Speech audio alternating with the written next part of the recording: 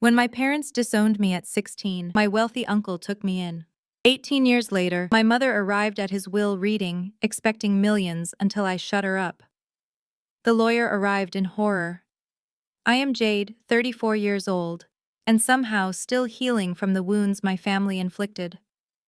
As the chief executive officer of a private equity firm, I escaped their toxicity, but today I had to face them one last time.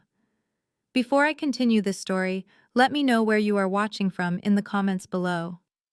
Hit like and subscribe if you have ever had to stand up to family who underestimated your worth. The salty ocean breeze of the Hamptons filtered through the massive mahogany windows of Uncle Silas' estate. I stood silently in his private library, surrounded by floor-to-ceiling bookshelves filled with first editions and leather-bound classics. This room had been my sanctuary. It was where Uncle Silas taught me how to read balance sheets, how to understand the ruthless world of finance, and most importantly, how to rebuild a life that had been shattered into pieces.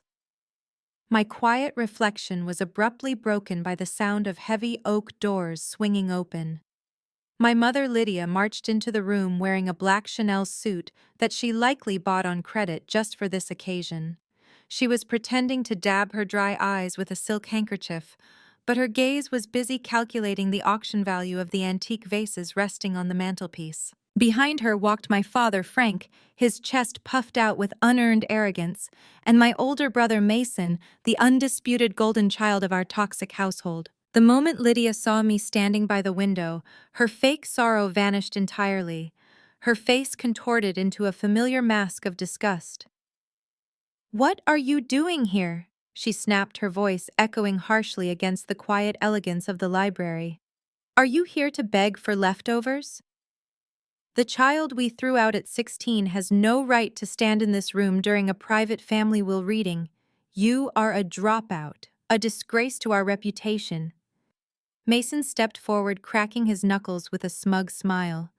He wore a tailored suit that fit him poorly and carried an air of entitlement that only a mother like Lydia could cultivate. Uncle Silas must have been losing his mind in his final days if he let a piece of trash like you wander around his property, Mason sneered. "You need to leave before I call security and have you thrown out on the street where you belong." 18 years ago, those words would have crushed me. 18 years ago, I was a terrified teenager standing in the freezing snow, clutching a garbage bag containing all my worldly possessions while they locked the front door of their suburban house. They threw me away because I refused to sign over my small college trust fund to pay for Mason's gambling debts. But I was no longer that frightened girl. I was 34 years old and I dismantled billion-dollar companies before my morning coffee. I did not cry. I did not flinch. I simply looked at Mason and let a cold smile touch my lips. "I would be careful about making threats, Mason," I said, keeping my voice perfectly level, "especially considering you are wearing a fake Rolex Submariner to impress people you cannot afford to know. The sweeping hand mechanism stutters every 4 seconds, which is a dead giveaway. Furthermore, your credit score is currently hovering around 500, and you have maxed out 3 different platinum cards in the last 60 days just to keep up appearances at your country club. If you call security, they might just escort you to a debt collector." Mason's face went completely white. Frank stepped forward, his face flushing with anger, ready to defend his precious son, but the heavy doors of the library opened again. Mr. Kensington, the senior partner of the most prestigious law firm in New York, stepped into the room. He carried a thick leather briefcase and possessed an aura of absolute authority. My family immediately straightened their postures, putting on their best masks of polite high society grief. But Kensington did not even look at them. He walked directly past my parents and my brother, stopping right in front of me. He offered a deep, respectful bow. "Miss Jade," he said, his voice ringing with absolute reverence. "As the sole executor and the exclusive owner of this estate, I await your permission. Shall we begin the reading?" The silence that fell over the room was absolute. You could hear the distant crashing of the ocean waves outside the window. Lydia stopped breathing entirely. Frank stared at Kensington as if the lawyer had spoken in a foreign language. Mason took a physical step backward, his fake Rolex suddenly feeling very heavy on his wrist. They were paralyzed by a reality they could not comprehend. I took my seat in the high-backed leather chair at the head of the great table and gestured for Kensington to proceed. My family sat down stiffly, their eyes darting around the room in panicked confusion. Kensington opened his briefcase and retrieved a thick stack of heavy parchment paper bearing the official seal of Uncle Silas' estate. The tension in the air was thick enough to suffocate them. Lydia leaned forward, gripping the edge of the table, her knuckles turning white. She was practically hyperventilating with anticipation, waiting to hear her name attached to a fortune that would secure her country club lifestyle forever. Kensington cleared his throat and adjusted his reading glasses. To my sister-in-law, Lydia Silas wrote, and Kensington read aloud, with crisp precision. I leave my antique bronze mirror from the main hallway. I request that she hang it wherever she spends the most time, so that she might look into it daily and see the rotten soul of a woman who forced her own teenage daughter out into a winter blizzard. May your reflection haunt you. Lydia gasped loudly, her hand flying to her chest as if she had been physically struck. The blood drained from her face, leaving her looking gray and diminished. Before she could protest, Kensington continued without missing a beat. To my nephew Mason, who has spent his entire adult life waiting for handouts while contributing nothing to society, I leave my worn-out leather work boots. Perhaps if he puts them on and walks a mile in the dirt, he might finally learn what a hard day's labor actually feels like. Mason slammed his fist onto the table, his face contorting with rage. This is a sick joke, he shouted. He was out of his mind. I am his only nephew. I demand to see the medical records proving his competence. Kensington ignored the outburst, turning the thick page of the document.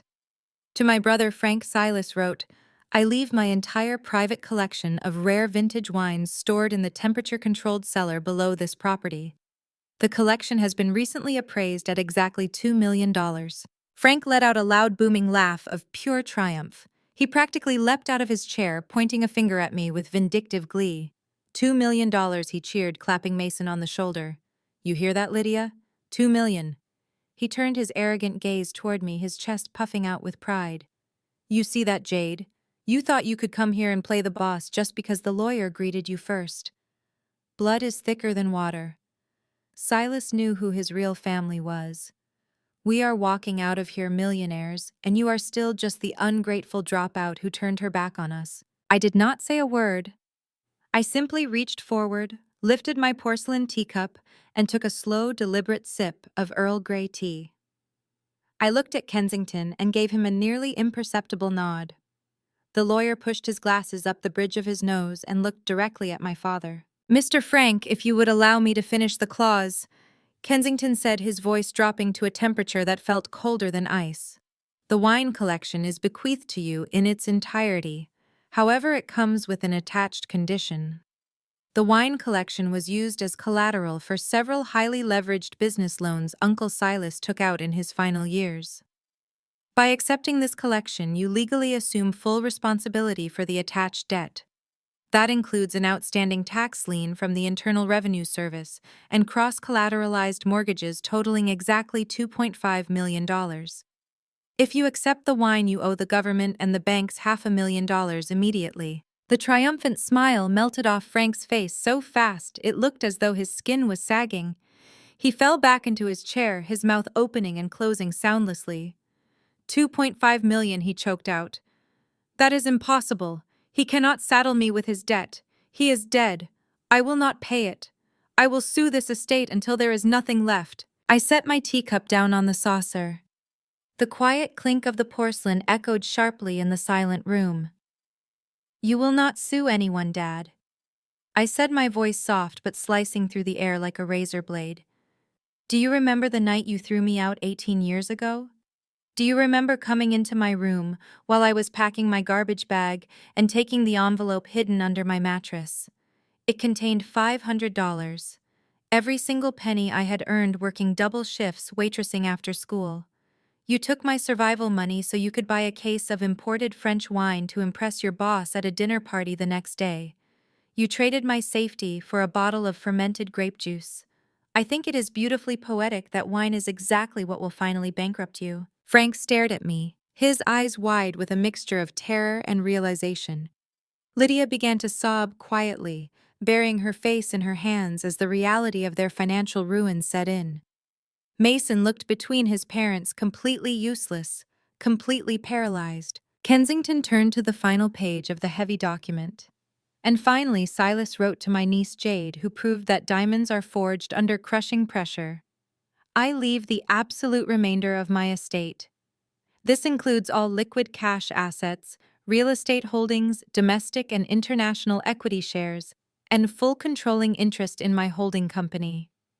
The total appraised value of this transfer is exactly $80 million, free and clear of all encumbrances. The room stopped. The world outside the window seemed to freeze. $80 million. The words hung in the air, wrapping around my parents' throats like a noose. They had abandoned me for being a burden. They had prioritized their own comfort, their status, and their golden child over my basic survival. Now they were staring at the exact daughter they threw away, recognizing that she possessed the power to buy and sell their entire existence without blinking an eye. I leaned back in my leather chair, crossing my arms, and watched as the crushing weight of their karma finally broke them. The shockwave of the $80 million announcement lasted exactly 10 seconds before my father shattered the silence. Frank slammed both his fists onto the polished mahogany table so hard the crystal water glasses rattled. His face morphed from pale terror into a vibrant shade of crimson. "This is a complete sham!" he roared, his voice echoing off the high ceiling of the library. Silas was out of his mind. He was completely delusional. There is absolutely no legal way a judge will uphold a document that hands an empire to a dropout while leaving his own blood brother with a mountain of debt. Lydia immediately jumped in, sensing her country club membership slipping away. She pointed a manicured finger at me, her acrylic nail shaking with fury. "You manipulated him!" she shrieked. "You wormed your way into this house and poisoned a sick old man against his real family. You are a thief!" I sat perfectly still, resting my hands in my lap. I watched them perform their desperate theatrics with the detached interest of someone observing animals in a zoo. 18 years ago, their raised voices would have sent me into a panic attack. I would have folded into myself, apologizing for simply existing. Today, their screams sounded like background noise. Frank reached inside his suit jacket, the fabric straining against his shoulders. He pulled out a crisp, folded document and slammed it onto the table right in front of Mr. Kensington. He tapped the paper aggressively with his index finger. "Read it," Frank demanded, a smug, arrogant grin returning to his face. I knew Silas was losing his grip on reality. I had him evaluated 6 months ago by a top-tier private physician. That paper is a certified medical diagnosis of advanced dementia. It legally proves that my brother was mentally incompetent when he signed that ridiculous will. Kensington adjusted his glasses and glanced down at the paper. He did not touch it. He simply looked at Frank with an expression of mild disgust. Frank leaned forward, placing both hands on the table to intimidate me. "Here is how this is going to work, Jade. I am going to file an injunction in probate court tomorrow morning. I will tie up this entire $80 million estate in litigation for the next 10 years. You will not see a single dime. The assets will be completely frozen. I will hire the most ruthless litigators in New York and bleed you dry with legal fees until you are back on the streets begging for spare change." He paused, letting his threat hang in the heavy air of the library. But Frank continued, his voice dropping to a conspiratorial whisper. "I am a reasonable businessman. I am willing to save us all a decade of expensive court battles. You sign over 50% of the estate to me right now, $40 million. You keep the other half and we walk away." Right on cue, Lydia performed a miraculous emotional pivot. The vicious screaming woman vanished, replaced instantly by a weeping, deeply concerned mother. She pressed her hands to her chest, forcing a few strategic tears to fall from her eyes. "Jade, honey," Lydia said, her voice dripping with artificial sweetness. "Please listen to your father. Court battles are so ugly and draining. They destroy people. I could never bear to see my own daughter dragged through the mud by the media and the legal system. I do not want to see you end up in jail for elder abuse or manipulation. Splitting the estate evenly is the right thing to do." $40 million is more than enough for a single woman to live comfortably. Let us just share it as a family and put this ugliness behind us. I looked at my mother. I looked at the woman who had packed my clothes in a trash bag and shoved me out the door in the dead of winter. Now she was weaponizing the concept of family to extort $40 million from the daughter she had discarded. It was a masterclass in gaslighting. Mason, who had been completely silent, suddenly found his courage. "Yeah, Jade," he chimed in, crossing his arms. "Do not be greedy. Take the deal before Dad ruins you." I let the silence stretch for a moment. I wanted them to feel confident. I wanted them to believe their pathetic attempt at blackmail had actually worked. I slowly reached into my designer handbag. "That is a very generous offer, Dad," I said, keeping my tone completely flat. "You have always been such a pragmatic negotiator. You understand leverage perfectly." Frank smirked, exchanging a victorious glance with Lydia. He thought he had won. He thought I was still the terrified 16-year-old girl who would cave to his demands. I pulled a sleek silver tablet from my bag and set it gently on the table. However, I continued, I have always preferred making decisions based on hard data. I tapped the screen, unlocking it. A video file filled the display. I turned the tablet around and slid it across the smooth mahogany surface until it stopped directly in front of Frank. I pressed play. The video was black and white security footage captured from a high angle. The timestamp in the corner indicated it was recorded exactly 3 days ago at 11 o'clock at night. The location was unmistakably the poorly lit parking lot behind a private medical clinic in suburban Connecticut. Two figures stood between a parked Mercedes and a dumpster. One was Frank. The other was a man in a white lab coat. The audio was crystal clear. "I need the date pushed back at least 6 months." Frank's voice echoed from the tablet speakers, sounding tinny but undeniable. "Make sure the diagnosis explicitly states severe cognitive decline.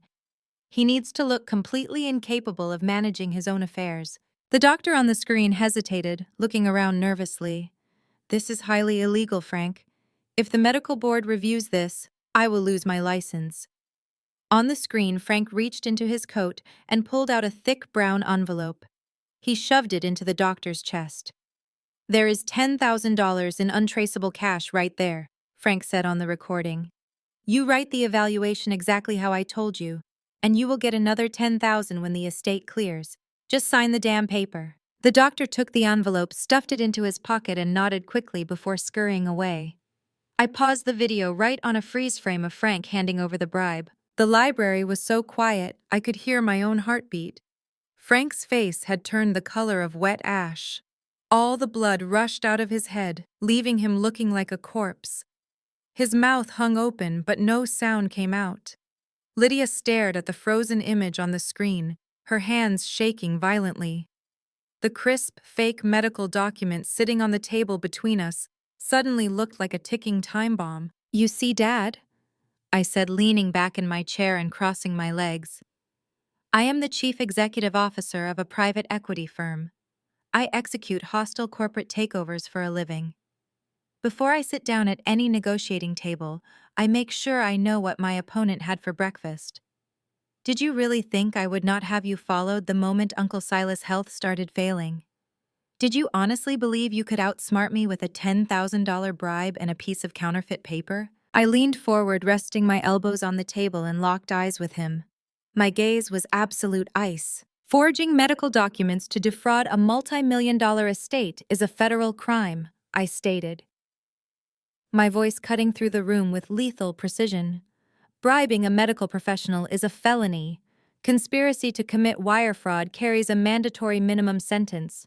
If I hand this tablet over to the authorities, you will not be tying up my estate in probate court.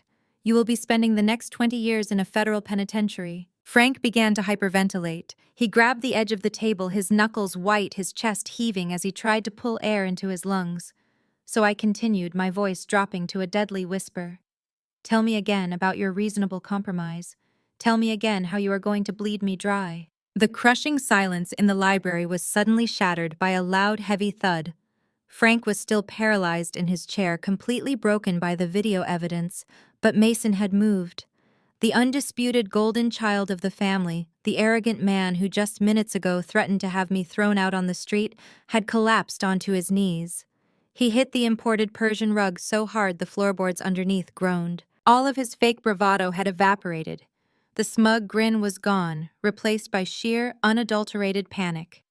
Mason's tailored suit jacket bunched awkwardly around his shoulders as he scrambled forward on his knees, closing the distance between us. He looked up at me, and his face was slick with a disgusting mixture of sweat and tears. He looked entirely pathetic. "Jade, please." He choked out his voice, cracking into a high-pitched whine. "Please, you have to listen to me. You have to help me. I am begging you." I looked down at him, feeling absolutely nothing. No pity, no sisterly affection, just a cold, clinical observation of a man who had finally run out of other people to blame for his failures. "I am in deep trouble, Jade," he sobbed, grabbing the edge of the mahogany table as if it were a life raft. "That fake Rolex you mentioned, it is not just about keeping up appearances. I am broke. Worse than broke. I owe money to some very bad people. Underground syndicates. Loan sharks who do not care about court orders or lawyers." He swallowed hard, his eyes darting frantically around the room before locking back onto mine. "I owe them $500,000. I lost it all on sports betting and high-stakes poker games trying to maintain the lifestyle Mom and Dad expect from me. The deadline was yesterday. They gave me until this Friday to produce the cash. If I do not pay them in full by the end of the week, they are going to kill me. They told me they would break every bone in my body and dump me in the river. I thought Uncle Silas' money would save me. But now you have it all. You have to save me, Jade." Lydia snapped out of her frozen state the moment she heard her precious son was in physical danger. The maternal instinct she had completely suppressed when I was a vulnerable 16-year-old girl suddenly flared to life for her 36-year-old unemployed son. She rushed around the table and threw her arms around Mason, shielding him as if I were the one holding a weapon. She glared up at me, her eyes blazing with an insane sense of entitlement. "Did you hear him?" Lydia screamed, her voice shrill and demanding. "He is going to be murdered! You have to write a check right now. You just inherited $80 million. $500,000 is absolute pocket change to you. It is nothing. Give him the money, Jade. He is your biological brother. He is your own flesh and blood." I slowly turned my gaze from Mason to Lydia. I let her words hang in the air, allowing the sheer hypocrisy of her statement to echo off the walls of the library. "Flesh and blood," I repeated, my voice dangerously soft. "That is a fascinating concept, Mother. Where was that flesh and blood loyalty when I was freezing on the sidewalk begging you to let me back inside? Where was your maternal instinct when Mason watched you throw me out and laughed? You want me to hand over $500,000 to save a man who would gladly step over my dead body if it meant he could cash in my life insurance policy. You are a monster," Lydia spat, hugging Mason tighter. "He is family." "I am not a monster," I corrected her smoothly. "I am a highly efficient chief executive officer. And in my line of work, when we identify a massive liability, we do not ignore it. We acquire it. We restructure it. We own it." I reached into my designer handbag for the second time. I did not pull out a checkbook. I did not pull out a pen to write them a lifeline. Instead, I retrieved a thick black folder securely bound with a legal seal. I tossed it onto the polished mahogany table. The heavy folder slid across the smooth surface and stopped exactly an inch away from Mason's trembling hands. "When my private investigators began conducting due diligence on this family, I uncovered your little gambling problem very quickly, Mason," I said, leaning back in my leather chair. "I saw the threats. I saw the men watching your apartment. I knew exactly who held your markers." Mason stared at the black folder as if it were an explosive device. He reached out with a shaking hand and flipped open the cover. Inside was a stack of legal contracts, transfer agreements, and financial ledgers. His eyes scanned the documents, widening with every line he read. "I do not just watch liabilities, Mason." I continued, my tone devoid of any human warmth. "I act on them. I met with the leaders of that underground syndicate yesterday afternoon. They are very pragmatic businessmen when presented with hard currency. I paid them the $500,000 in crisp, untraceable cash. I bought your entire debt ledger. Lydia let out a loud gasp of relief. She looked up at me, a twisted smile breaking through her tears. Oh, thank God, she cried out. You paid them. You saved him.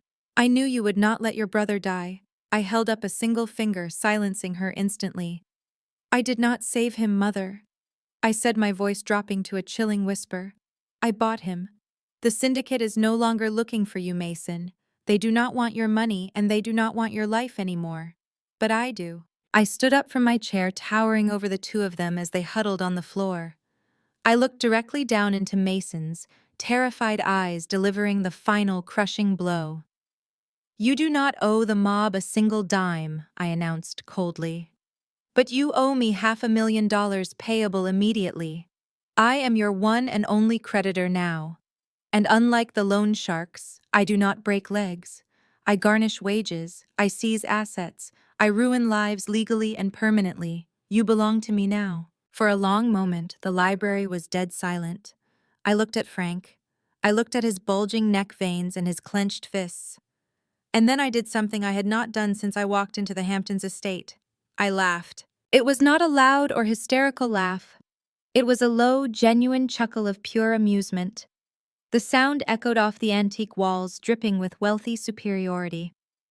Mr. Kensington, the esteemed estate lawyer, stood quietly in the corner, and I saw the faintest trace of a smirk cross his strictly professional face.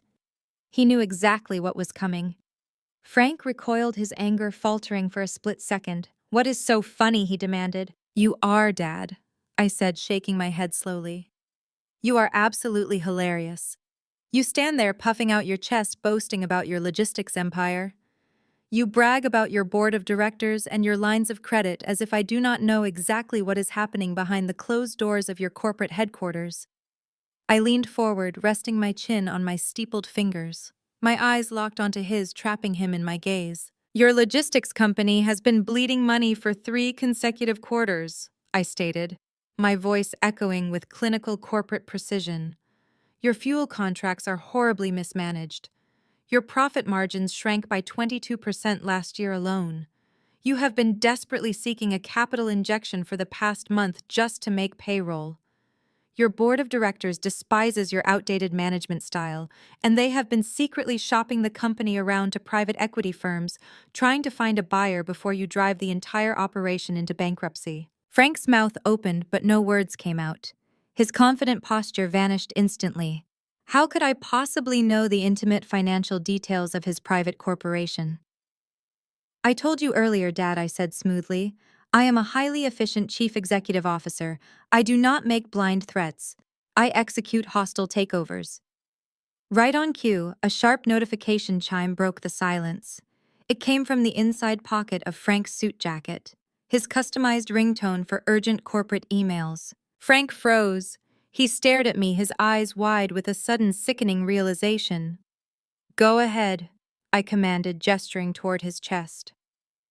Read it. You are a busy and important man. You should never ignore an urgent message from your board of directors. Frank reached into his jacket with a trembling hand. He pulled out his smartphone. The screen illuminated his pale, sweaty face in the dim lighting of the library. He swiped his thumb across the glass, unlocking the device. I watched him read. I watched his eyes scan the bold text of the email. I watched the exact second his entire world completely and totally collapsed. The color drained from his face, leaving him looking like a ghost. His breath hitched in his throat. The smartphone slipped from his fingers, hitting the floor with a loud crack. The screen shattered, but the email remained brightly lit against the dark carpet. What does it say? Lydia asked, her voice trembling with fresh panic. She crawled forward on the rug, reaching for the broken phone. Frank, what does it say? Frank could not speak. He stumbled backward and collapsed into his chair, staring blankly at the far wall. Since my father seems to have lost his voice, I will gladly read it for him, I announced, standing up from my chair and smoothing the front of my designer blazer. That email is a formal notification from your board of directors. I explained, my voice cold and commanding. It states that effective immediately, a majority shareholder vote has been executed. A private equity firm has successfully completed a hostile takeover of your logistics company. They have acquired 51% of your voting shares by buying out your disgruntled board members at a premium. I walked slowly around the heavy mahogany table, my heels clicking sharply against the hardwood floor. Each step sounded like a nail being driven into his coffin. The email further states that due to gross financial mismanagement, the new controlling entity has exercised its right to restructure the executive branch. I continued. You have been terminated from your position as Chief Executive Officer, Frank. Your company car is being repossessed. Your corporate credit cards have been deactivated. Your access to the headquarters has been revoked. You are officially unemployed and completely bankrupt. Lydia let out a blood-curdling scream of pure despair. She dropped the shattered phone onto the rug and buried her face in her hands, sobbing uncontrollably. Mason curled into a tighter ball on the floor, realizing his only source of financial salvation had just been vaporized. Frank finally turned his head to look at me. His eyes were hollow, empty voids of total defeat. Who, he whispered, his voice cracking, who bought the shares? I stopped walking and stood directly over him, looking down at the man who had discarded me 18 years ago. I let a ruthless, victorious smile spread across my face. My firm bought the shares, I said softly, leaning in close so he could hear every single syllable. The private equity firm that just swallowed your entire life work is my firm. I am the chief executive officer who just fired you. I bought your debt. I bought your company.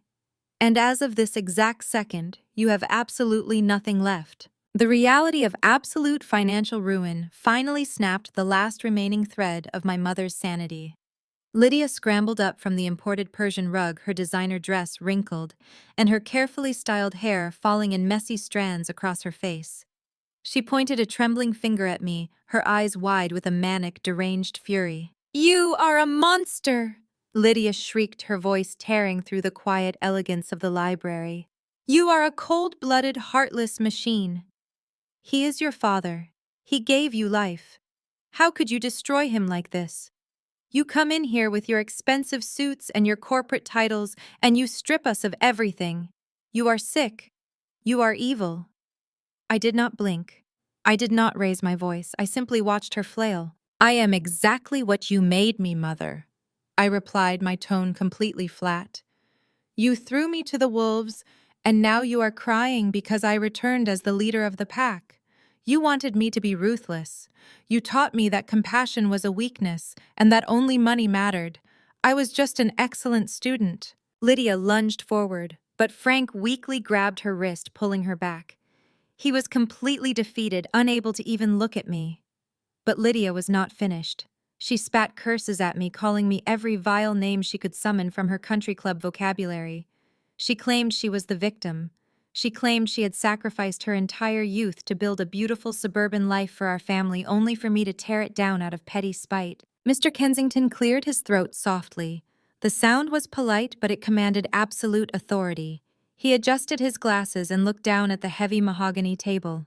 "If I may interrupt this family reunion," Mr. Kensington said, his voice carrying a dry, clinical precision, "we have not yet concluded the business of the late Mr. Silas.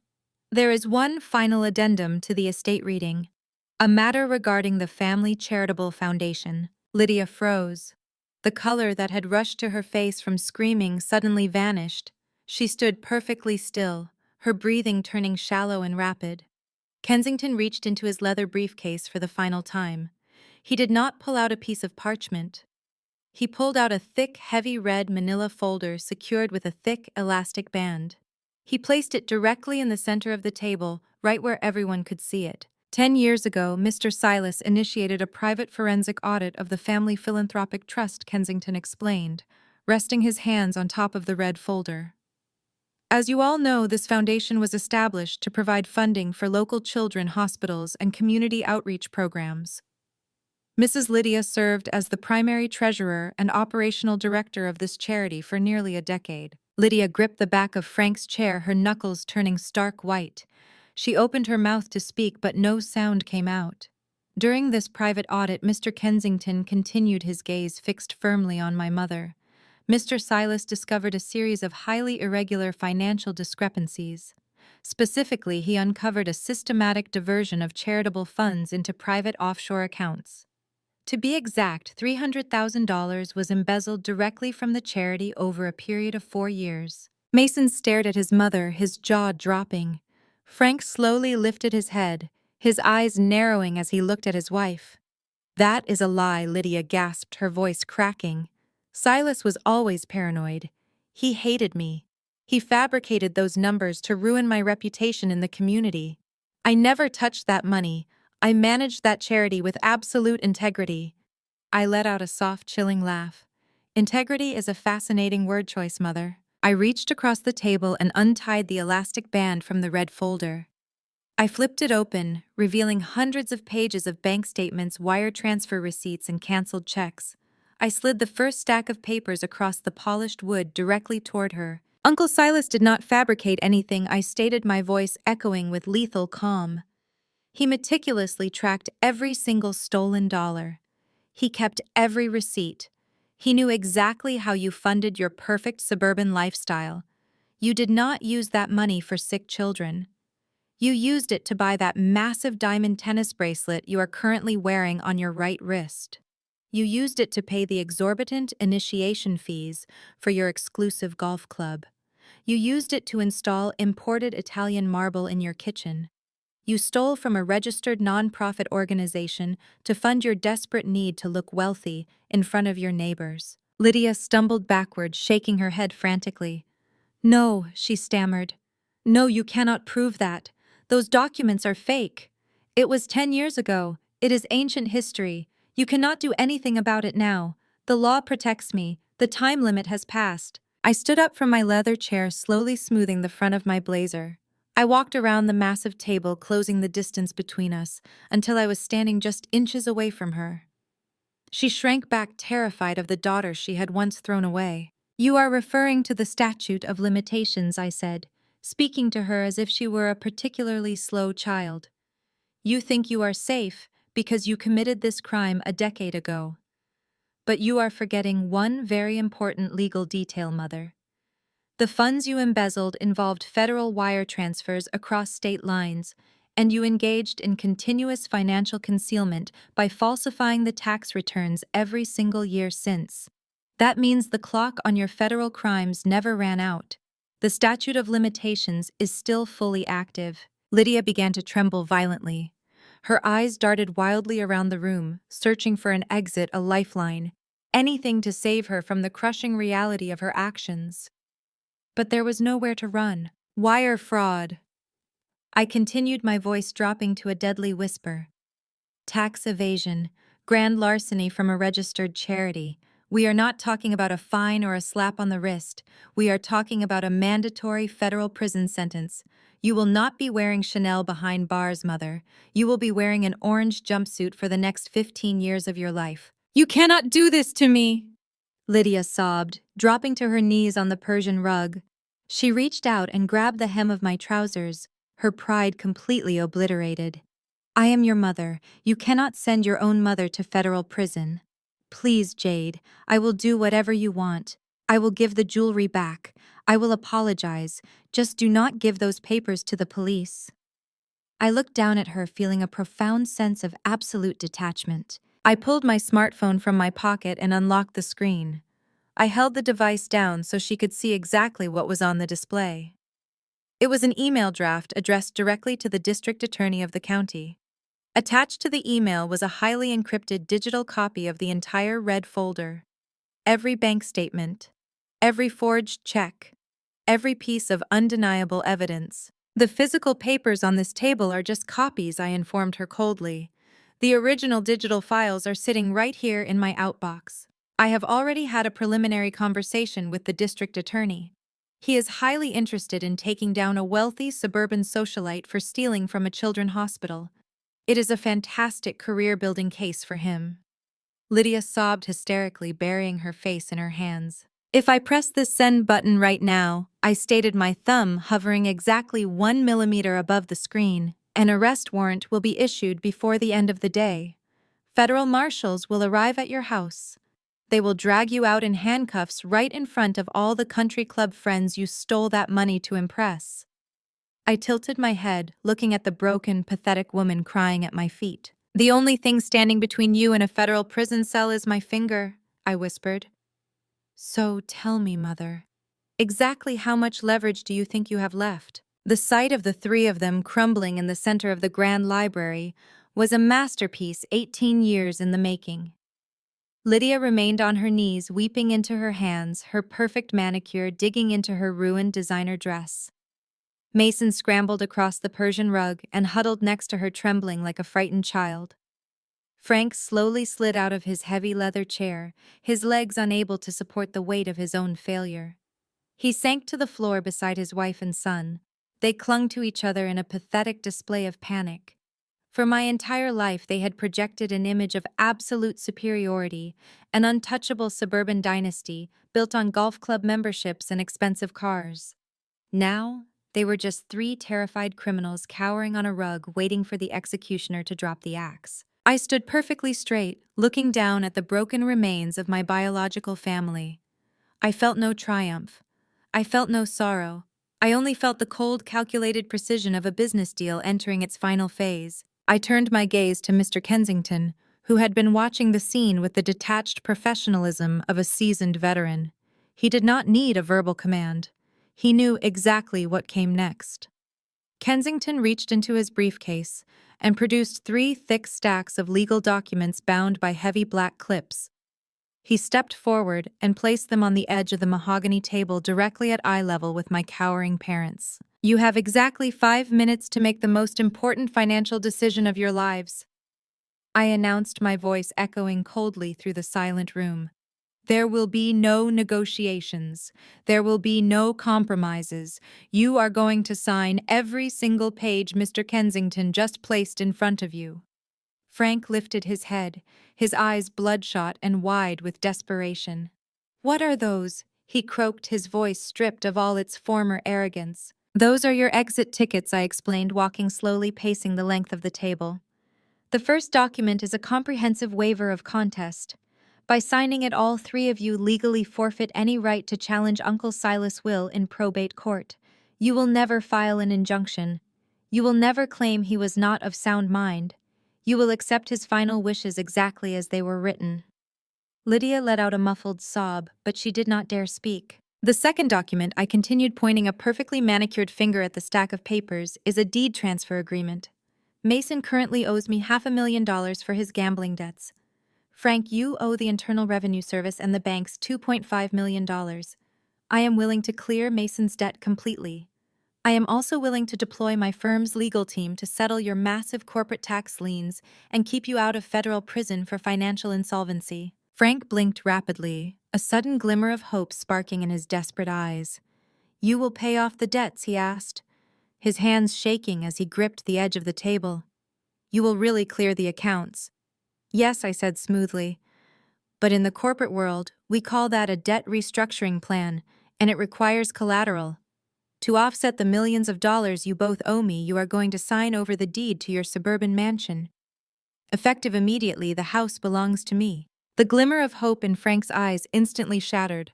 Lydia shrieked, pulling away from Mason. You cannot take the house, she wailed, hitting her fists against the floor. That house is my entire life. My friends are in that neighborhood. My social circle is there. Where are we supposed to go? We will have nothing. You already have nothing, Mother, I corrected her sharply. You just refuse to accept the math.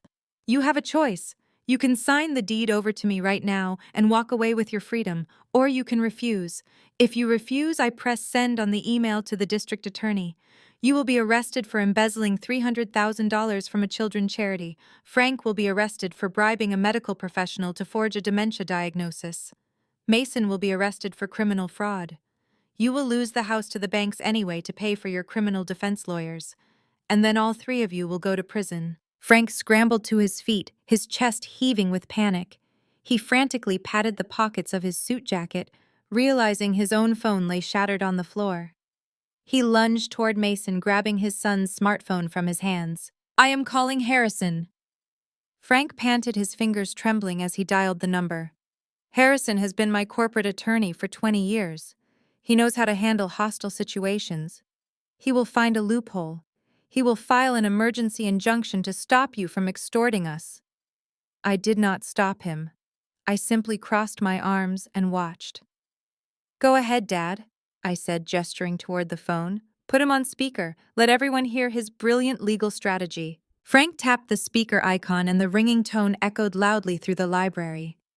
On the third ring, a deep, authoritative voice answered the line. "Frank, it is late," the lawyer said, sounding slightly annoyed. "This better be a true emergency. Harrison." Thank God, Frank practically yelled into the microphone. "I need you to file an emergency restraining order and an injunction right now. My daughter Jade is trying to extort us. She is threatening to send a fake video to the police claiming I bribed a doctor. She hacked into my charity files to frame Lydia for embezzlement. She is forcing us to sign over the deed to our house under extreme duress. You have to stop her." There was a heavy pause on the other end of the line. The silence stretched for several agonizing seconds. Frank Harrison said, his voice suddenly extremely cautious. "Did you say your daughter has a video of you bribing a doctor?" "It is completely out of context," Frank stammered, sweating profusely. "It proves nothing. But she is standing here with a top-tier estate lawyer demanding we sign away our property or she goes to the district attorney tonight." Harrison let out a long, heavy sigh. The sound translated through the speakerphone like a death sentence. "She does not just have an estate lawyer," Frank Harrison said, his tone dropping to absolute freezing zero. "I read the financial news an hour ago. Your daughter is the chief executive officer of the private equity firm that just liquidated your entire corporate board. If she says she has video evidence of a bribe and a forensic audit of your wife's charity accounts, then she has ironclad evidence. She does not bluff." Frank stared at the phone, his mouth hanging open. "Harrison, you have to help us. You are our family lawyer." The line crackled with cold professional detachment. "They have ironclad evidence," Frank Harrison stated firmly. "I refuse to represent you in this case. Do not call this number again." The call disconnected with a sharp, definitive click. The dial tone echoed through the room, sealing their absolute defeat. The dial tone blared from the dropped smartphone, a harsh electronic scream that signaled the absolute end of their reign. Frank stared blankly at the device on the imported rug. His hands hung limply at his sides. The great corporate titan was nothing now. He was just an old man in a wrinkled suit, realizing that every single bridge he had ever built was currently burning to the ground. Mason curled tighter into a fetal position, pressing his face into the floorboards, completely useless. I reached over and pressed the end call button on the shattered screen, cutting off the dial tone. The silence that rushed back into the library was deafening. "Sign the papers," I commanded, my voice slicing through the heavy air. "Sign the deed transfer and the waiver of contest. Do it right now or Mr. Kensington calls the authorities and the federal marshals will be waiting for you at your front door." Frank moved like a broken marionette. He dragged himself off the floor, his knees shaking, and slumped back into his leather chair. He picked up the heavy gold fountain pen Mr. Kensington provided. His hand trembled so violently he could barely grip the metal, but he signed his name. He signed away his claim to the $80 million estate.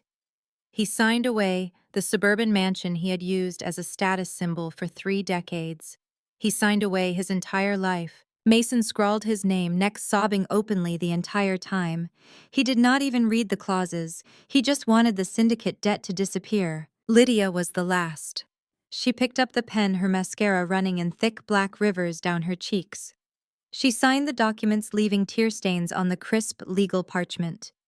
When she finished, she dropped the pen and looked up at me. Her eyes were hollow, empty voids of a woman who had just lost her country club membership, her house, and her fake suburban crown. "We did what you wanted," Lydia whispered, her voice raspy and broken. "You took everything. Are you satisfied now, Jade? Are you finally happy?" I looked at the 3 signatures securing my absolute victory. I nodded to Mr. Kensington, who neatly collected the documents and placed them back into his secure briefcase. The financial war was over. I had won completely and unconditionally. But there was one final transaction left to complete, the emotional one. "I am not quite finished," I said, leaning against the heavy mahogany table. "You signed away your assets to avoid federal prison. That settles the legal debts. Now we are going to settle the personal one. Lydia flinched, shrinking back into her chair.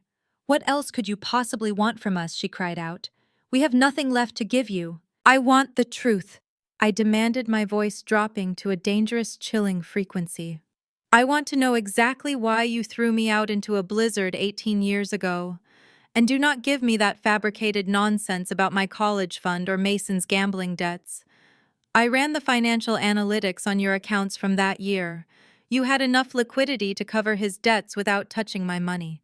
You did not need my $500. You did not need to erase me from this family. You chose to erase me. Why? Frank looked away, staring at the floor. Mason kept his head buried in his arms. Only Lydia looked at me, and the sheer panic radiating from her eyes told me I had struck the exact nerve I was aiming for. You were a difficult teenager, Lydia stammered, her eyes darting nervously toward Frank. You were rebellious. We could not control you. I slammed my hand onto the table. The sudden violent sound made all three of them jump. Do not lie to me, Mother, I ordered, my tone dripping with lethal authority. I was a straight-A student. I worked double shifts at a diner. I never drank. I never partied. I was a ghost in that house, making myself as small as possible, just so you would not yell at me. I was not rebellious. I was terrified. So tell me the truth, right now. Why did you really throw me out? Lydia began to shake her head frantically. She pressed her hands over her ears as if she could physically block out the question. I cannot, she sobbed. Jade, please do not make me say it. Say it. I commanded, taking a step closer to her. Say it, or I email the district attorney the embezzlement files anyway. I do not care if you sign the deed. I will send you to federal prison just for lying to my face. Lydia broke. The threat of wearing a prison jumpsuit completely shattered her last remaining mental barrier. She gasped for air, clutching her chest, as the ugly, rotten truth finally spilled out of her mouth. It was the receipt, she wailed, pointing a shaking finger at me. You found the receipt in his coat pocket. The entire room seemed to freeze. I frowned, searching my memory. 18 years ago, the week before they threw me out. I had been doing the laundry. I had emptied Frank's suit jacket pockets before taking them to the dry cleaner. I remembered pulling out a crumpled piece of paper, a bank transfer receipt. It showed a massive recurring payment to a luxury apartment complex downtown under a female name I did not recognize. I had left it on the kitchen counter, assuming it was a corporate expense. I remembered looking at it. I said slowly, the pieces finally snapping into place. But I never said a word about it. I did not even know what it meant at the time. But I knew what it meant. Lydia shrieked, tears and spit flying from her face. I knew exactly what it meant. He was keeping a mistress in a luxury penthouse. He was draining our savings to buy her jewelry and pay her rent while I was budgeting our groceries. Frank whipped his head around, staring at his wife in absolute pure shock. His jaw dropped. You knew, he whispered, his voice barely audible. You knew about the receptionist. Of course I knew, you idiot, Lydia screamed, turning her vicious fury onto her husband. I found the receipt on the counter where she left it. I knew exactly what you were doing. But if she figured it out, if she told anyone, if the country club wives found out my husband was spending our mortgage money on a 25-year-old tramp, I would have been the laughingstock of the entire neighborhood. I would have lost my social standing. The pristine suburban family image would have been completely destroyed. I stared at my mother, feeling a profound sense of disgust wash over me.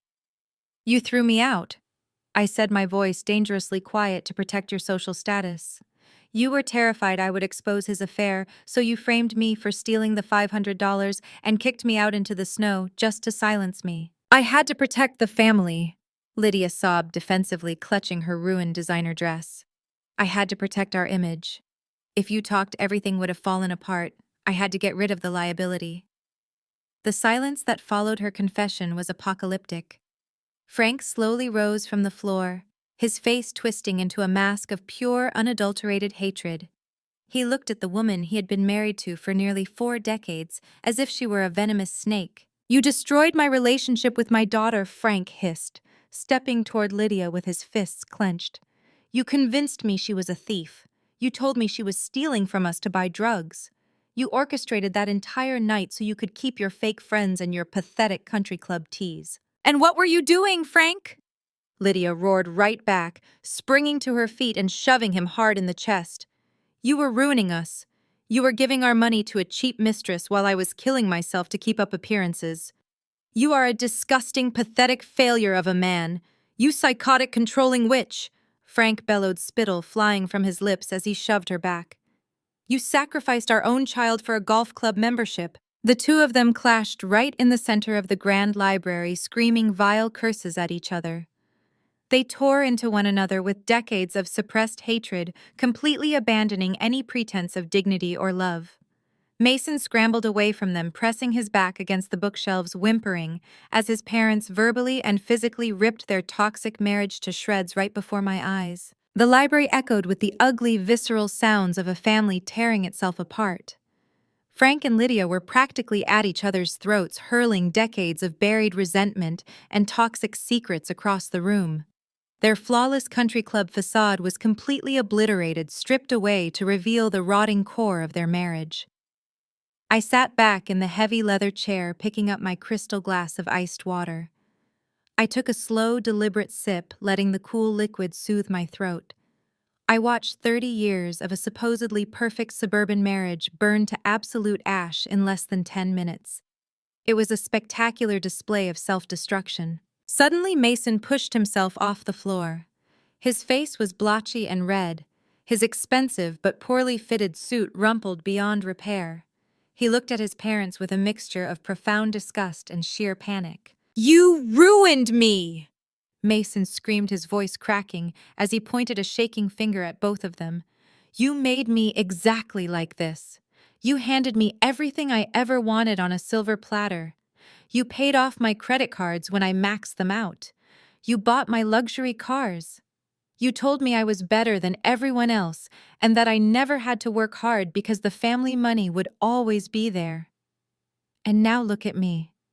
I am 36 years old. I have absolutely no career, no skills, and I owe $500,000 to a ruthless criminal syndicate because you taught me that consequences do not apply to us.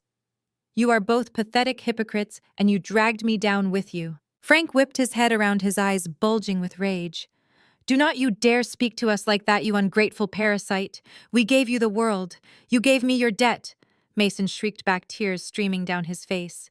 "You used me to play the perfect family game, and now we are all going to federal prison because you could not keep your lies straight." The sheer volume of their screaming was starting to give me a slight headache. I had seen enough. The grand finale of their toxic little play had reached its natural conclusion, and I had a very tight schedule to keep. I set my crystal glass down on the mahogany table. The sharp clink of glass against wood cut through their chaotic screaming match with striking clarity. "Enough," I commanded, my voice slicing through the heavy air with absolute finality. "I am entirely bored with this pathetic family therapy session. We are officially out of time." All three of them froze, turning to look at me. They were breathing heavily, their faces flushed and streaked with tears and sweat.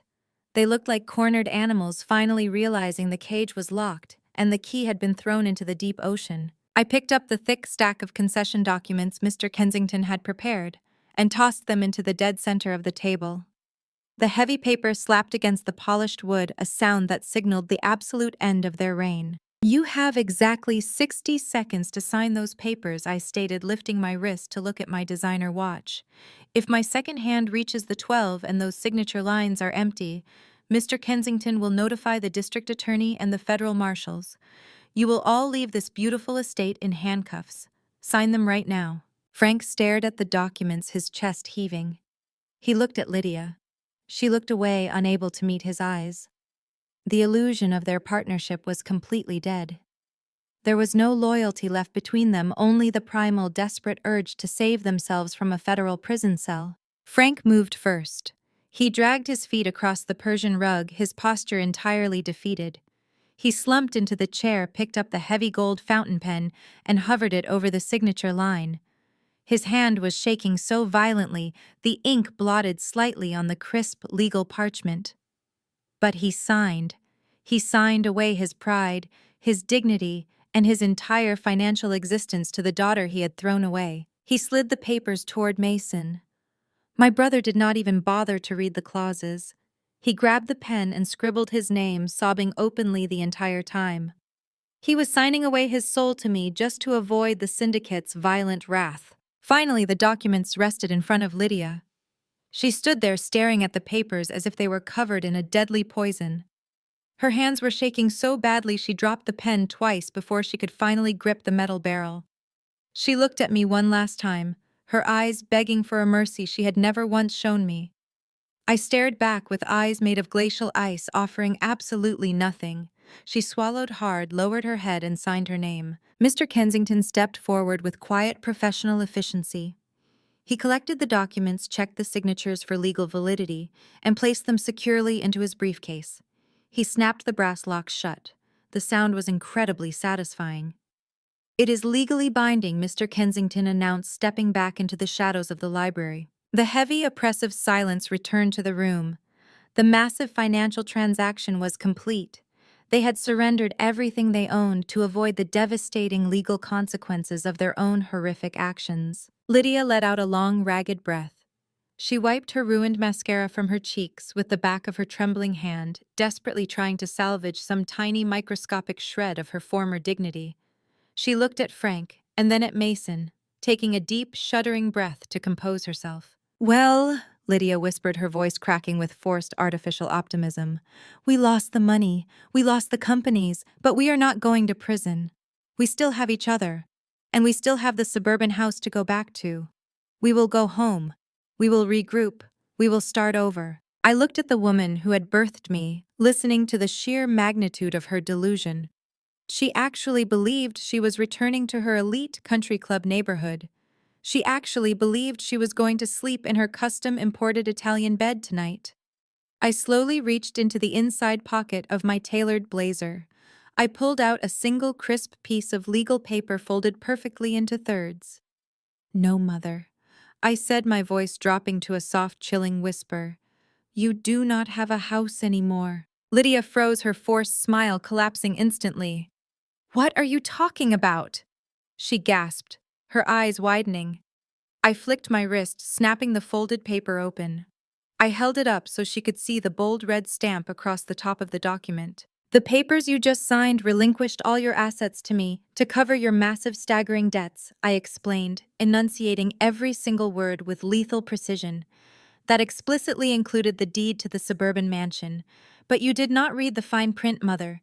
You were too panicked to read the operational clauses."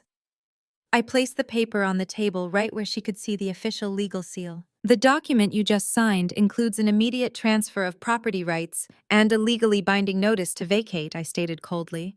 "It includes a formal eviction notice that took effect the exact second your pen left that paper."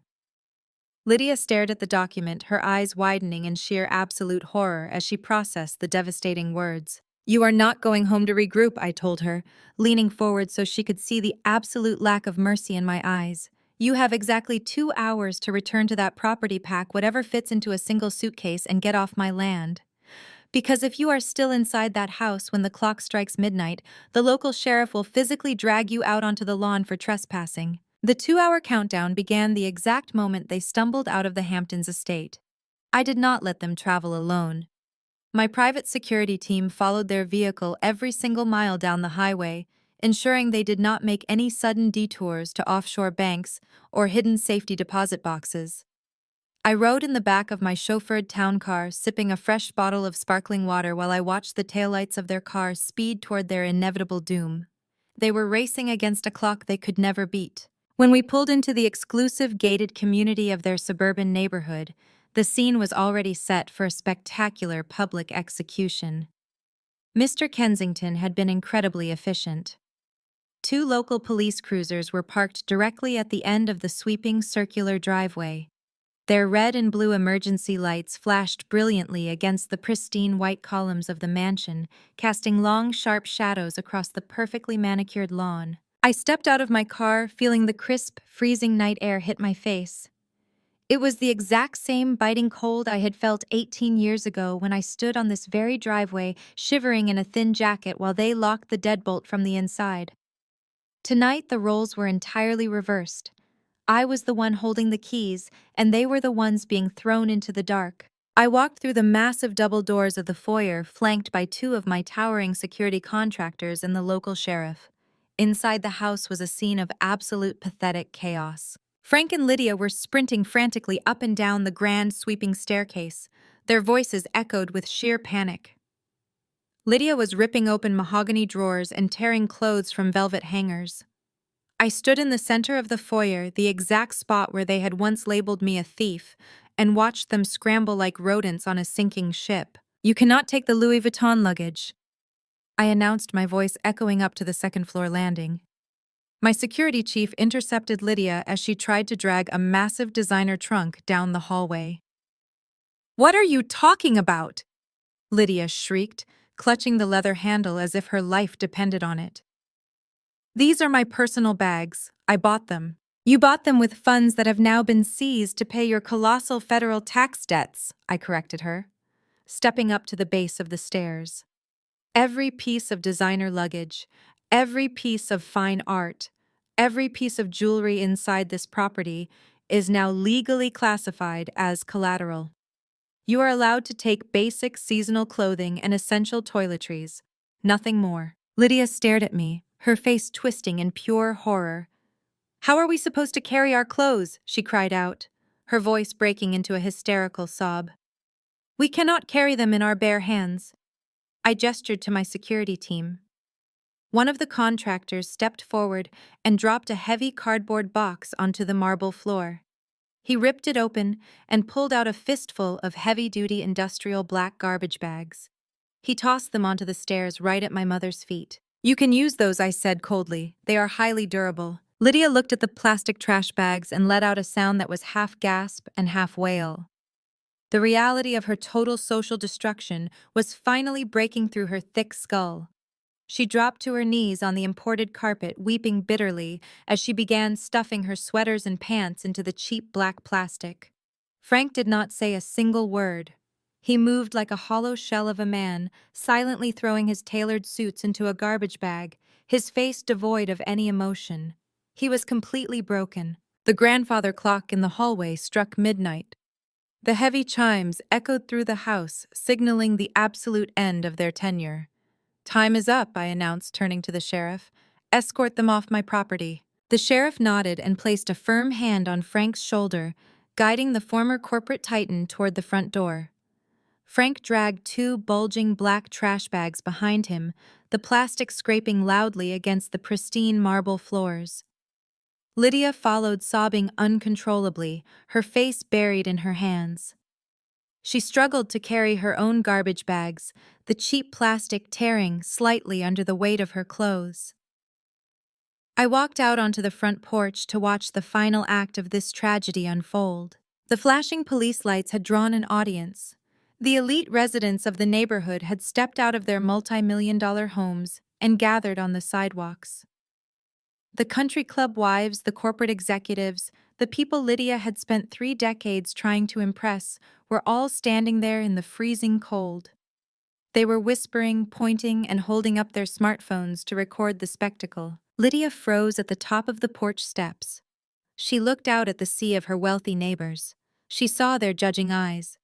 She saw the cell phone cameras recording her greatest humiliation. The woman who had stolen from a children's charity just to maintain her social status was now doing a walk of shame down her own driveway, carrying her wardrobe in literal trash bags. She let out a strangled cry, hiding her face behind her plastic sacks as she stumbled down the steps towards the street. Frank kept his head down, refusing to make eye contact with anyone, completely humiliated in front of his peers. Mason was the last one to exit the house. He slinked out the front door, keeping his head tucked low, attempting to blend into the shadows of the porch columns. He carried a single trash bag over his shoulder, his eyes darting nervously toward the waiting police cruisers.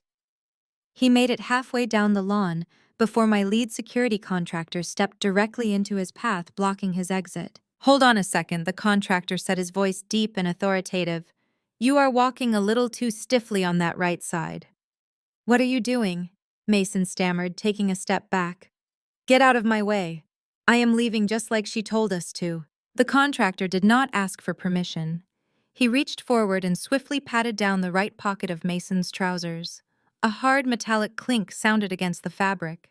Mason panicked and tried to shove the guard away, but two more security personnel immediately flanked him, pinning his arms to his sides right in the middle of the illuminated lawn. The lead contractor reached into Mason's pocket and pulled out a heavy, gleaming object. He held it up in the harsh glare of the police lights. It was the Rolex watch. I walked slowly down the porch steps, stopping just a few feet away from my trembling brother. The entire neighborhood watched in absolute silence. "I told you earlier, Mason," I said, my voice carrying clearly through the crisp night air. "I know that watch is fake, but the syndicate debt you accrued is very real. And since you signed over every single asset to cover your liabilities, you do not get to walk away with stolen property, even counterfeit property." I held out my hand. The security contractor dropped the heavy metal watch into my palm. Mason let out a pathetic whining sound, struggling weakly against the guards. "You cannot do this," he cried, his voice echoing across the manicured grass. "I have nothing left. I need that to pawn. I need cash to survive. Please, Jade." I looked at the fake luxury watch in my hand and then looked at my brother. "You should have thought about survival before you gambled your life away," I replied, turning my back on him. "Escort him off the premises, throw him on the street with the rest of the trash." The heavy wooden door of the suburban mansion had locked behind them, but the war was not entirely over.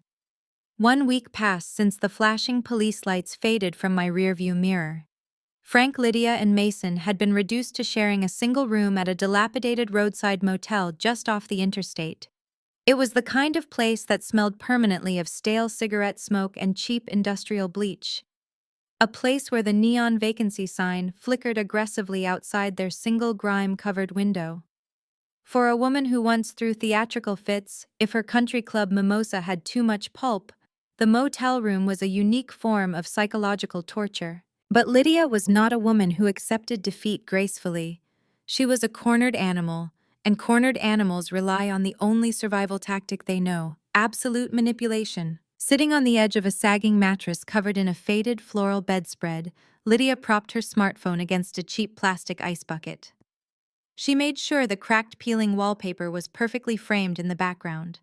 She wore one of the few plain sweaters she had managed to stuff into her trash bags, deliberately stripping away her wealthy facade to play the ultimate victim. Mason sat right beside her, staring at the camera with wide, pathetic eyes. They hit record. Lydia delivered the performance of a lifetime. She wept openly, wiping her eyes with trembling fingers. She told the internet a horrifying, fabricated tale of elder abuse and corporate greed. She looked directly into the camera lens and claimed that her ruthless billionaire daughter had executed an illegal, hostile takeover of the family assets. She spun a story of a devoted mother who had sacrificed her entire youth to raise an ungrateful child, only to be illegally evicted in the dead of winter. Mason chimed in on cue, claiming I had used my private equity wealth to bribe lawyers and judges, leaving them destitute and starving. Below the video, they linked a GoFundMe campaign. The title was a masterclass in emotional extortion. "Help a loving family survive a corporate billionaire's cruelty." The target goal was set at $250,000. The internet thrives on outrage. Within 48 hours, the video exploded. It was picked up by drama channels, shared heavily on social media platforms, and plastered across local community forums. The donations began to pour in from sympathetic strangers. $10 here, $50 there. The campaign hit $20,000 in record time. The comment sections were a digital witch hunt. Strangers who knew absolutely nothing about the last 18 years of my life called for my head. They branded me a corporate monster, an evil sociopath, and a greedy dropout who stole her parents' life savings. Some activists even started tagging the official social media accounts of my private equity firm, demanding my immediate resignation. I sat in my corner office on the 60th floor of a Manhattan skyscraper, looking down at the city through floor-to-ceiling glass. My public relations director, a sharply dressed woman named Valerie, walked in without knocking. She dropped a thick tablet onto my glass desk.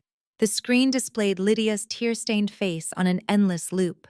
We have a significant optics issue, Jade Valerie stated, her voice strictly professional. The campaign is gaining national traction.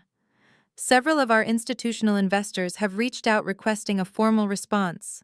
The narrative is aggressive, and the public is entirely on her side. They want a statement. We need to do damage control before this affects our quarterly acquisitions. I picked up the tablet and watched my mother cry for the 1,000th time. I watched her lie to the world with the exact same ease she used when she lied to the police about my father abandoning me. Valerie, I said, setting the tablet face down on the glass. We do not do damage control. Damage control implies we have something to apologize for. We do corporate extermination. I swiveled my chair around to face her. I want you to draft a press release on our official corporate letterhead. But we are not going to write a single defensive sentence. We are not going to talk about my childhood or my feelings. We are going to bury them in hard, undeniable legal data. I unlocked my secured hard drive and forwarded a specific encrypted file to Valerie's inbox. Attach the verified forensic audit of the Family Charitable Foundation, I instructed, watching Valerie's eyes widen as she opened the file on her phone. Highlight the exact page where Lydia siphoned $300,000 meant for sick children to pay for her country club initiation fees. Next, attach the sworn affidavit from the private physician detailing exactly how Frank attempted to bribe him with $10,000 in cash to forge a dementia diagnosis. Finally, attach the deed transfer agreement.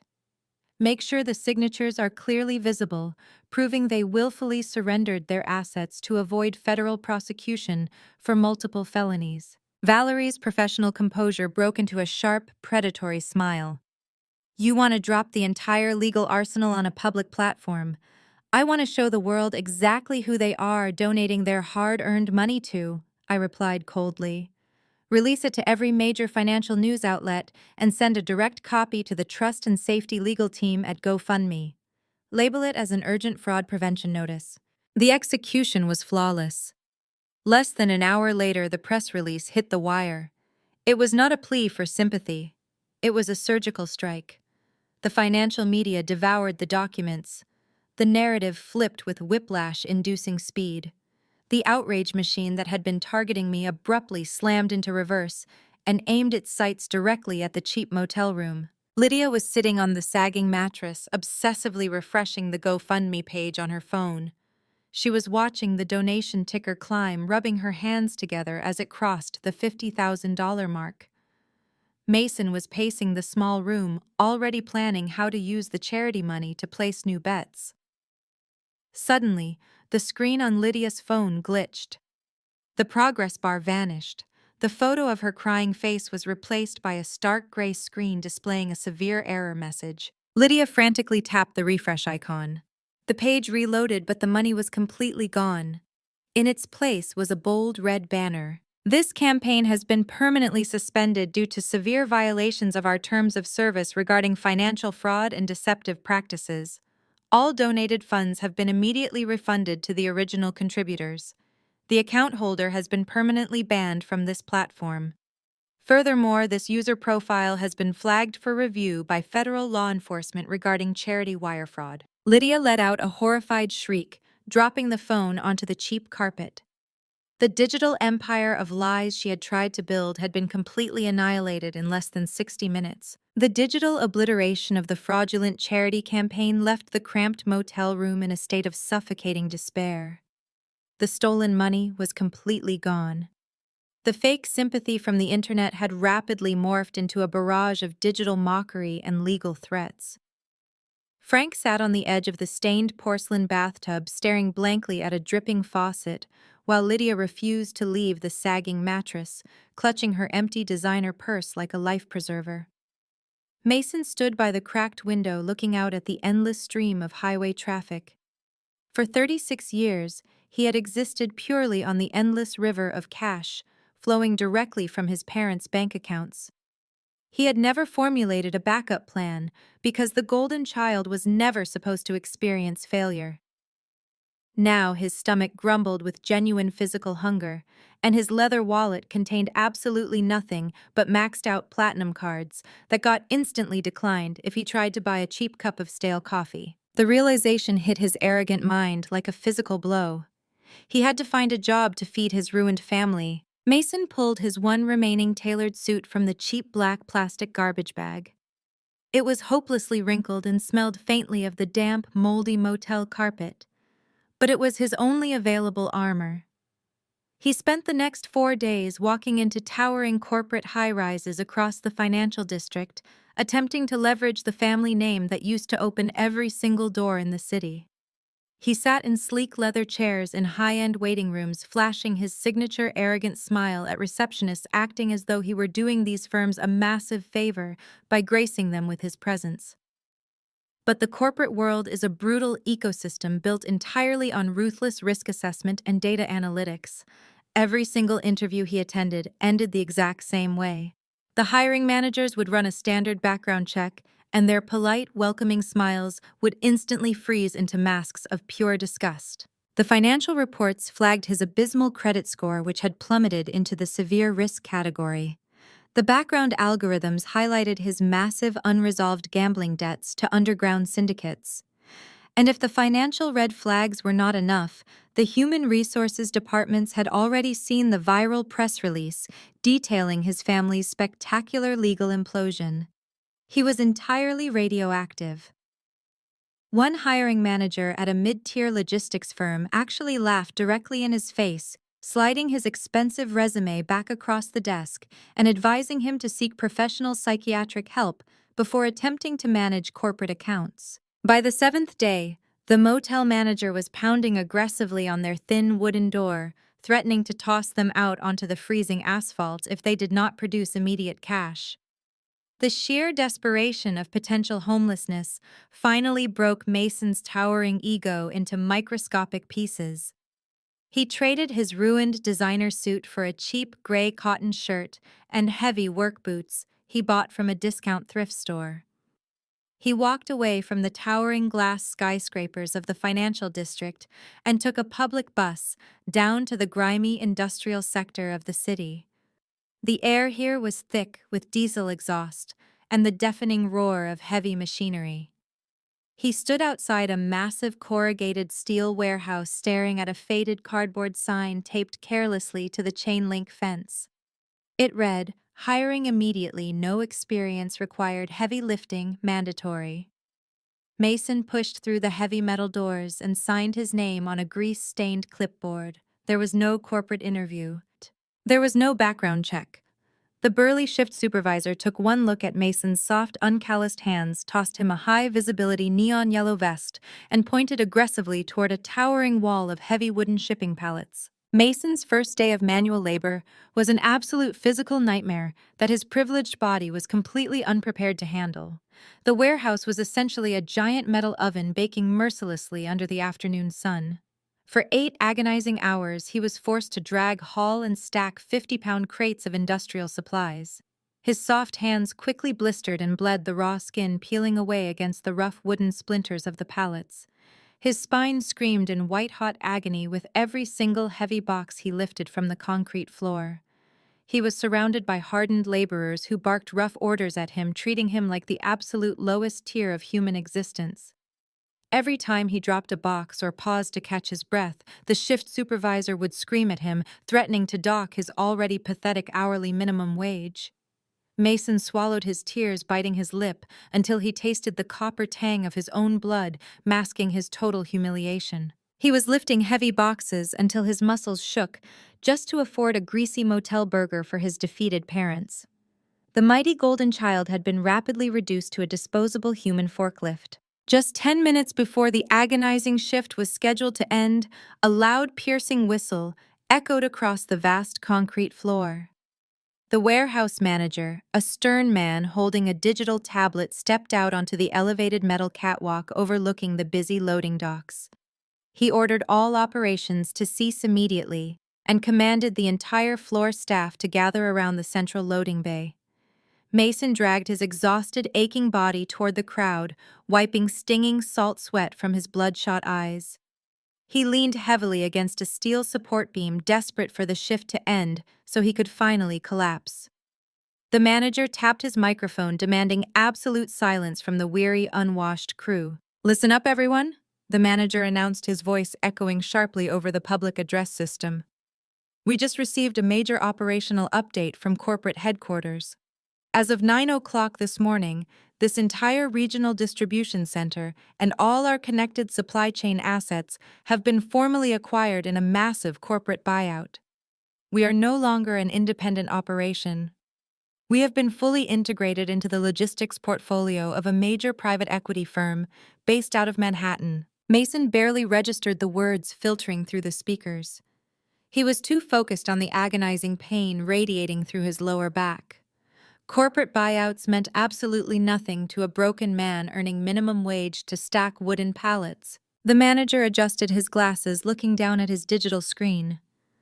"The new parent company has promised to strictly increase our operational efficiency."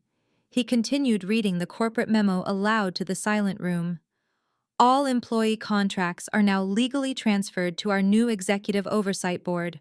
I have been instructed to inform you that our new ultimate superior, the chief executive officer of the acquiring private equity firm, demands absolute perfection on the loading floor. Her name is Jade, and she has explicitly ordered a complete restructuring of our lower-tier labor force effective immediately." Mason froze completely solid. The blood instantly drained from his face, leaving him looking deathly pale under the harsh, buzzing fluorescent lights. His blistering, bleeding hands began to tremble violently against his sides. He looked up at the manager on the catwalk, his breath catching sharply in his dry throat as the absolute horror of the situation crashed down upon him. The universe possessed a sickening sense of poetic justice. He was not just lifting heavy boxes for minimum wage to survive. He was actively breaking his own back, sweating and bleeding on a filthy concrete floor to generate profit for the exact same sister he had spent his entire life abusing. He was literally her lowest-paid, disposable employee. A brutal, relentless storm hammered the island of Manhattan, turning the bustling streets into rivers of freezing gray slush. Through the reinforced floor-to-ceiling glass of my corner executive office, I watched the city endure the torrential downpour. My desk monitor displayed an entirely different kind of storm. The high-definition security feed from the main lobby of my corporate headquarters showed two miserable figures dripping freezing rain onto the imported Italian marble floor. Frank and Lydia. They looked absolutely nothing like the arrogant country club elites who had banished me into a winter blizzard 18 years ago. Their clothes were cheap discount store garments, completely soaked and clinging to their shivering frames. Frank's posture was totally collapsed, his shoulders hunched as he leaned heavily against the polished marble reception desk. He looked frail and broken, stripped of all his former corporate arrogance. Lydia was aggressively pleading with my head of security, her cheap mascara running down her face in dark, jagged streams. She was gesturing wildly, begging and pleading for just a single minute of my time. Valerie, my public relations director, stood beside my desk holding a digital tablet. She watched the security feed with an expression of mild disgust. She asked if I wanted the security team to throw them back out into the freezing rain. I stared at the high-resolution screen, watching the two people who had stolen my trust fund and destroyed my childhood. I had legally stripped them of their wealth, their suburban mansion, and their stolen dignity. But clearly, they still had one last desperate delusion left to shatter. I told Valerie to print 2 specific documents from the Human Resources server and bring them downstairs. It was time to close this chapter permanently. The private executive elevator dropped me 60 floors in complete total silence. The heavy chrome doors slid open, revealing the expansive grand lobby. The air down here was crisp and smelled faintly of expensive citrus air freshener, a sharp, striking contrast to the damp mildew scent radiating from my ruined parents. The exact moment my designer heels clicked against the polished marble, the entire lobby fell dead silent. The security guards stepped back, crossing their arms behind their backs, allowing me a clear path. Frank and Lydia turned toward the sharp sound of my footsteps. When Lydia saw me walking across the vast expanse of the lobby, her knees literally buckled beneath her. She dropped straight down onto the wet marble floor, ignoring the freezing puddles forming around her cheap, scuffed shoes. She crawled forward a few inches, completely abandoning any remaining microscopic shred of her pride. Frank just stood there, trembling violently, his eyes hollow and utterly defeated. "Jade, please!" Lydia wailed, her voice echoing shrilly off the high glass ceilings. "Please, you have to listen to me. We have absolutely nothing left. We are starving. We are sleeping in a motel room that smells like rot, and Mason is breaking his back in a warehouse just to buy us cheap fast food. You took everything from us. I know we made terrible mistakes. I know I was wrong to throw you out. But I am your mother. You came from my body. We share the exact same blood. You cannot just leave your own flesh and blood to die in the gutter. Please, Jade. I am begging you on my hands and knees. Forgive us. Give us just one more chance. We are family." I stopped walking exactly 3 feet away from her kneeling, trembling form. I looked down at the woman weeping at my expensive leather heels. I did not feel a single ounce of anger. I did not feel the need to scream or hurl insults the way she used to do to me. The burning, raging fire that had fueled me for 18 long years had completely evaporated, replaced by an absolute zero temperature of pure corporate detachment. I looked at Frank, who was silently crying warm tears mixing with the freezing rain on his pale, sunken cheeks. He could not even summon the courage to look me in the eyes. "You drove all the way to Manhattan in a freezing storm to play the family card." I stated, my voice perfectly level and completely devoid of any human warmth. "You forged medical documents, you stole hundreds of thousands of dollars from sick children, and you threw your own teenage daughter away like garbage just to protect your golf club memberships and your fake suburban image. And now that you are totally bankrupt and facing homelessness, you suddenly remember the value of a bloodline." Lydia sobbed louder, pressing her forehead almost to the floor. "We are sorry," she choked out. "We are so sorry." I turned slightly and raised my hand. Valerie stepped forward from the shadows of the elevator bank. She held 2 crisp white sheets of paper perfectly aligned on a solid black clipboard. She walked gracefully toward my kneeling mother and my shivering father. She did not hand them a check. She did not hand them a lifeline or a pardon. She handed them 2 blank employment applications. Lydia stared at the crisp papers, her tear-filled eyes struggling to focus on the bold black text printed at the top of the page.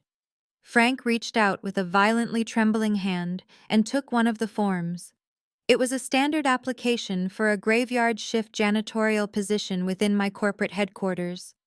The job description detailed scrubbing toilets, emptying heavy trash bins, and mopping the lobby floors from midnight until 6 in the morning. I looked directly into Lydia's horrified, disbelieving eyes. "I do not hand out charity to criminals," I announced, my voice echoing through the silent, luxurious lobby with absolute finality. "If you want to survive, you will have to earn it. Only honest, brutal manual labor will help you pay off the massive debts you owe me. You will scrub the floors of my building every single night while the executives you used to look down on sleep in their warm beds. You will clean the dirt off my shoes because blood cannot be exchanged for money here." The freezing rain of Manhattan eventually faded into the crisp, salty air of the Hamptons. I left my corporate headquarters and let my driver take me back to the sprawling coastal estate.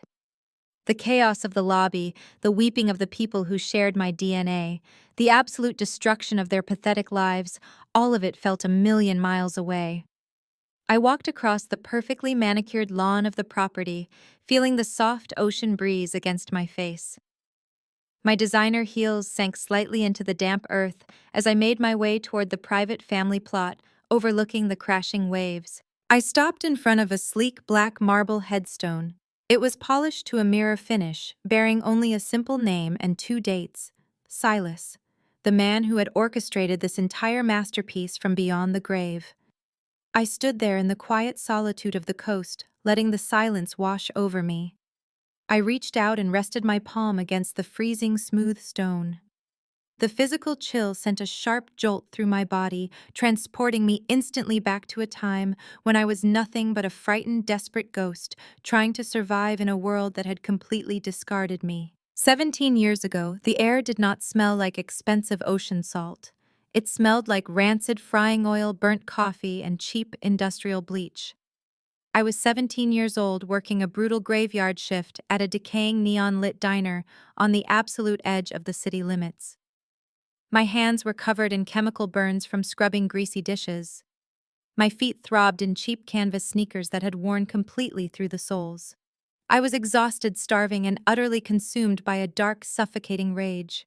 I hated the parents who had thrown me out. I hated the brother who had laughed. I hated the entire universe for letting them get away with it. The bell above the diner door jingled sharply at 2 in the morning. I grabbed a stained rag and walked out from behind the counter, expecting another drunk truck driver or a lost tourist. Instead, I saw a man in a bespoke tailored suit sliding into a cracked red vinyl booth. It was Uncle Silas. He was the only member of my entire bloodline who had bothered to track down the runaway teenager. I stood frozen, holding my order pad.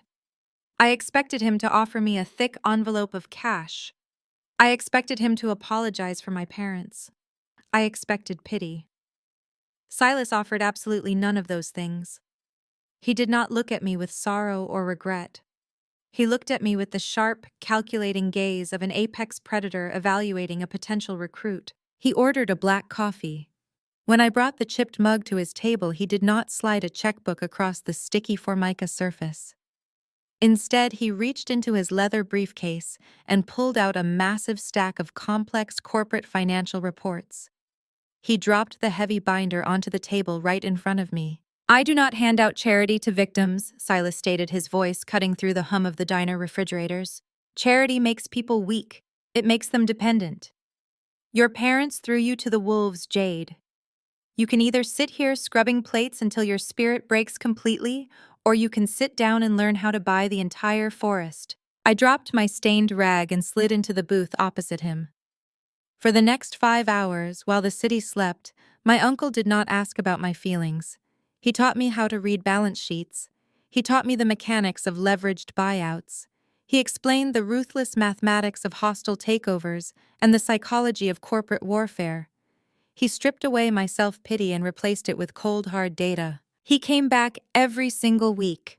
While my peers were attending high school football games and going to prom, I was sitting in a greasy diner booth, learning how to legally dismantle a Fortune 500 company. Silas sharpened my mind into a lethal weapon.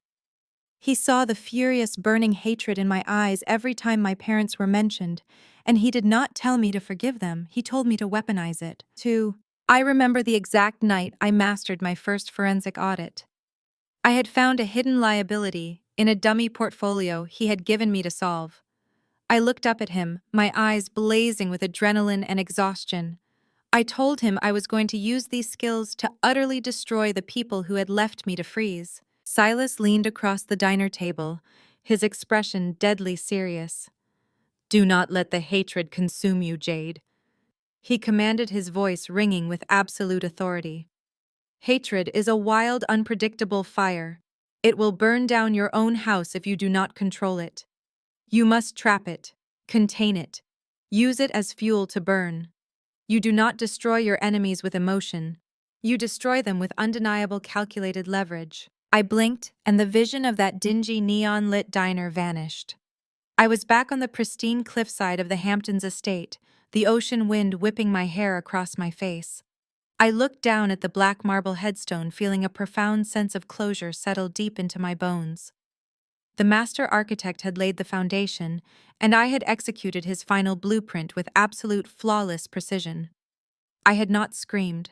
I had not physically attacked them. I had used pure financial leverage to strip them of everything they valued. I had forced them to their knees using the exact corporate weaponry Silas had handed me across a sticky diner table 17 years ago. I knelt down on the damp grass. I reached into my coat pocket and pulled out a single pristine white orchid. I placed the delicate flower gently at the base of the dark marble headstone. The roaring fire of vengeance that had kept me alive for 18 years, that had pushed me through double shifts and sleepless nights studying market trends, was finally extinguished. The score was completely settled. The ledgers were balanced. "The fuel is all burned out, Uncle," I smiled, whispering softly into the ocean breeze. "Now it is time to build." The grand ballroom of the Pierre Hotel in Manhattan was transformed into an absolute fortress of corporate power and elite prestige. I had rented the entire top floor overlooking Central Park to host the most anticipated philanthropic event of the fiscal year. The room was a masterclass in modern luxury, featuring towering arrangements of white orchids, imported crystal chandeliers, and a guest list that read like the index of a Forbes billionaire directory. Hedge fund managers, influential politicians, Wall Street titans, and the most powerful media executives in the country filled the room holding flutes of vintage champagne. They were all here for me. I stood backstage listening to the low, sophisticated hum of the elite crowd. I wore a perfectly tailored, pristine white suit. It was a deliberate sartorial choice, representing a completely blank slate, a new era, and the absolute purity of total control. Valerie, my public relations director, stepped up beside me, checking the glowing screen of her digital tablet. She confirmed that every major financial news network had their cameras locked onto the main stage. The live feed was broadcasting globally. I gave her a single sharp nod and walked out into the blinding glare of 100 flashing camera lenses. The exact second I stepped up to the acrylic podium, the massive ballroom fell completely silent. The sheer concentration of wealth and influence in the room focused entirely on my next words. I looked out over the sea of powerful faces, feeling absolutely no intimidation. I owned the room. "I am not here today to ask for your money," I began, my voice amplified and echoing with crystal clear authority across the grand space. "I am here to announce an investment in the most undervalued and discarded human capital in this country." I tapped the control panel on the podium. The massive digital screens behind me illuminated, displaying a sleek minimalist logo in silver and black. "Today, I am officially launching a private philanthropic endowment with an initial operational budget of $50 million fully funded by my personal estate," I announced, watching the financial titans in the audience nod in quiet professional approval. "This endowment is named the Silas Legacy." The cameras flashed aggressively, capturing the logo and my unwavering expression. "This is not a traditional charity." I continued, leaning slightly toward the microphone. "Traditional charities hand out warm blankets and temporary shelter to victims. I do not believe in creating victims. I believe in forging survivors. The Silas Legacy is specifically designed for teenagers who have been financially cut off, emotionally abandoned, and physically thrown out onto the street by their own biological families. We will find the youths who were told they were worthless dropouts, and we will turn them into apex predators." The room remained dead silent, captivated by the sheer ruthless pragmatism of my philanthropic vision. "The Silas Legacy operates on 3 non-negotiable pillars," I explained, detailing the architecture of my uncle's final blueprint. "First, we provide absolute immediate housing security in high-tier residential facilities. Second, we grant full-ride academic scholarships covering every single cent of tuition, books, and living expenses through their university graduation. But the third pillar is what separates this fund from every other charity in existence." I paused, letting my eyes sweep across the front row of journalists recording my every syllable. "Every single recipient in this program will undergo rigorous, aggressive financial literacy and corporate strategy training," I stated, my voice ringing with undeniable conviction. "They will not just learn how to balance a checkbook, they will learn how to read complex quarterly earnings reports. They will learn the mechanics of leveraged buyouts, asset protection, and corporate defense. We are going to arm these abandoned children with the exact same lethal financial education that built the empires in this very room. We will ensure that no toxic guardian, no greedy parent, and no manipulative relative can ever hold financial leverage over their heads again." The applause that erupted from the crowd was absolutely deafening. The billionaires and corporate sharks stood to their feet, clapping with genuine, fierce respect. They understood power, and they recognized that I was essentially building a highly educated, elite army of survivors. I stood at the podium, letting the applause wash over me. I had taken the exact survival manual Uncle Silas had handed me in a sticky diner 17 years ago and scaled it into a multi-million-dollar institutional weapon. Valerie stepped up to the microphone, signaling the beginning of the press question and answer segment. The journalists raised their hands, frantically eager to get a quote. We spent the next 20 minutes discussing the technical parameters of the endowment, the board of directors, and the selection process for the scholarship candidates. It was a flawless execution of corporate public relations. But the media always craves blood. They always want the personal drama behind the corporate success. A reporter from a notorious high-profile gossip publication pushed his way to the front row. He completely ignored the pre-approved list of financial questions Valerie had distributed. He raised his digital recorder, pointing it directly at my face. His eyes were hungry for a viral soundbite. "Jade," he called out, his voice cutting through the polite professional chatter of the ballroom. "Your new foundation specifically targets children abandoned by their families. This comes just weeks after a massive viral scandal involving your own biological parents and brother. There are widespread reports and photographic evidence circulating online that Frank and Lydia have been completely bankrupted. Rumors say they are currently living in a roach-infested motel on the absolute outskirts of the city, doing grueling minimum-wage manual labor just to avoid starving." The entire ballroom went completely still. The wealthy executives stopped whispering. The camera shutters paused. The air grew thick with intense, crackling anticipation. The reporter smiled, thinking he had cornered me into an emotional reaction. "How do you reconcile launching a $50 million philanthropic charity while your own flesh and blood are allegedly living in a literal slum?" the reporter demanded, thrusting the microphone closer. I did not flinch. I did not break eye contact with the reporter. I let a slow, freezing smile spread across my face, a smile that contained absolutely 0 degrees of human warmth. I leaned into the microphone, resting my hands calmly on the edges of the acrylic podium. "I believe there has been a fundamental misunderstanding of my background," I replied, my voice echoing with a chilling, serene detachment that sent a shiver through the grand ballroom. "The only family I have ever known is the brilliant man who left his name to this scholarship fund. He taught me everything I know about loyalty, leverage, and survival." I maintained my freezing smile, staring directly into the flashing cameras. "As for the impoverished laborers currently residing in a slum that you just mentioned," I stated, letting the final, devastating words hang in the air like a guillotine blade, "I am afraid you are deeply mistaken. I do not have the slightest idea who those people are." 3 months passed since the blinding flash of the cameras at the Pierre Hotel. The turning of the seasons brought a bitter, unforgiving chill to the city. For me, those 3 months were a period of unprecedented expansion and exponential growth. For the people who used to call themselves my family, those 90 days were a masterclass in absolute total destruction. The cramped, squalid motel room off the interstate had become a psychological pressure cooker. Frank and Lydia were stripped of their wealth, their status, and their heavily curated public image. Without their country club memberships and their imported Italian marble kitchen to distract them, they were finally forced to look directly at each other. The result was catastrophic. They spent their nights screaming, hurling vile accusations across the microscopic room. Lydia blamed Frank for the bribery scandal and his blatant infidelity.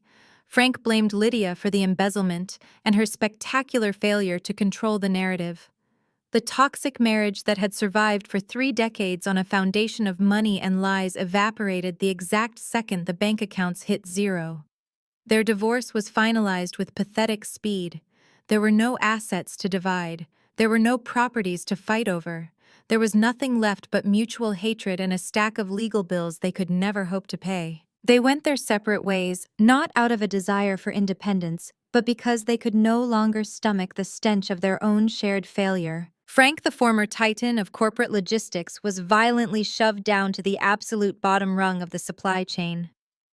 He managed to secure a job as an independent delivery driver for a massive retail conglomerate.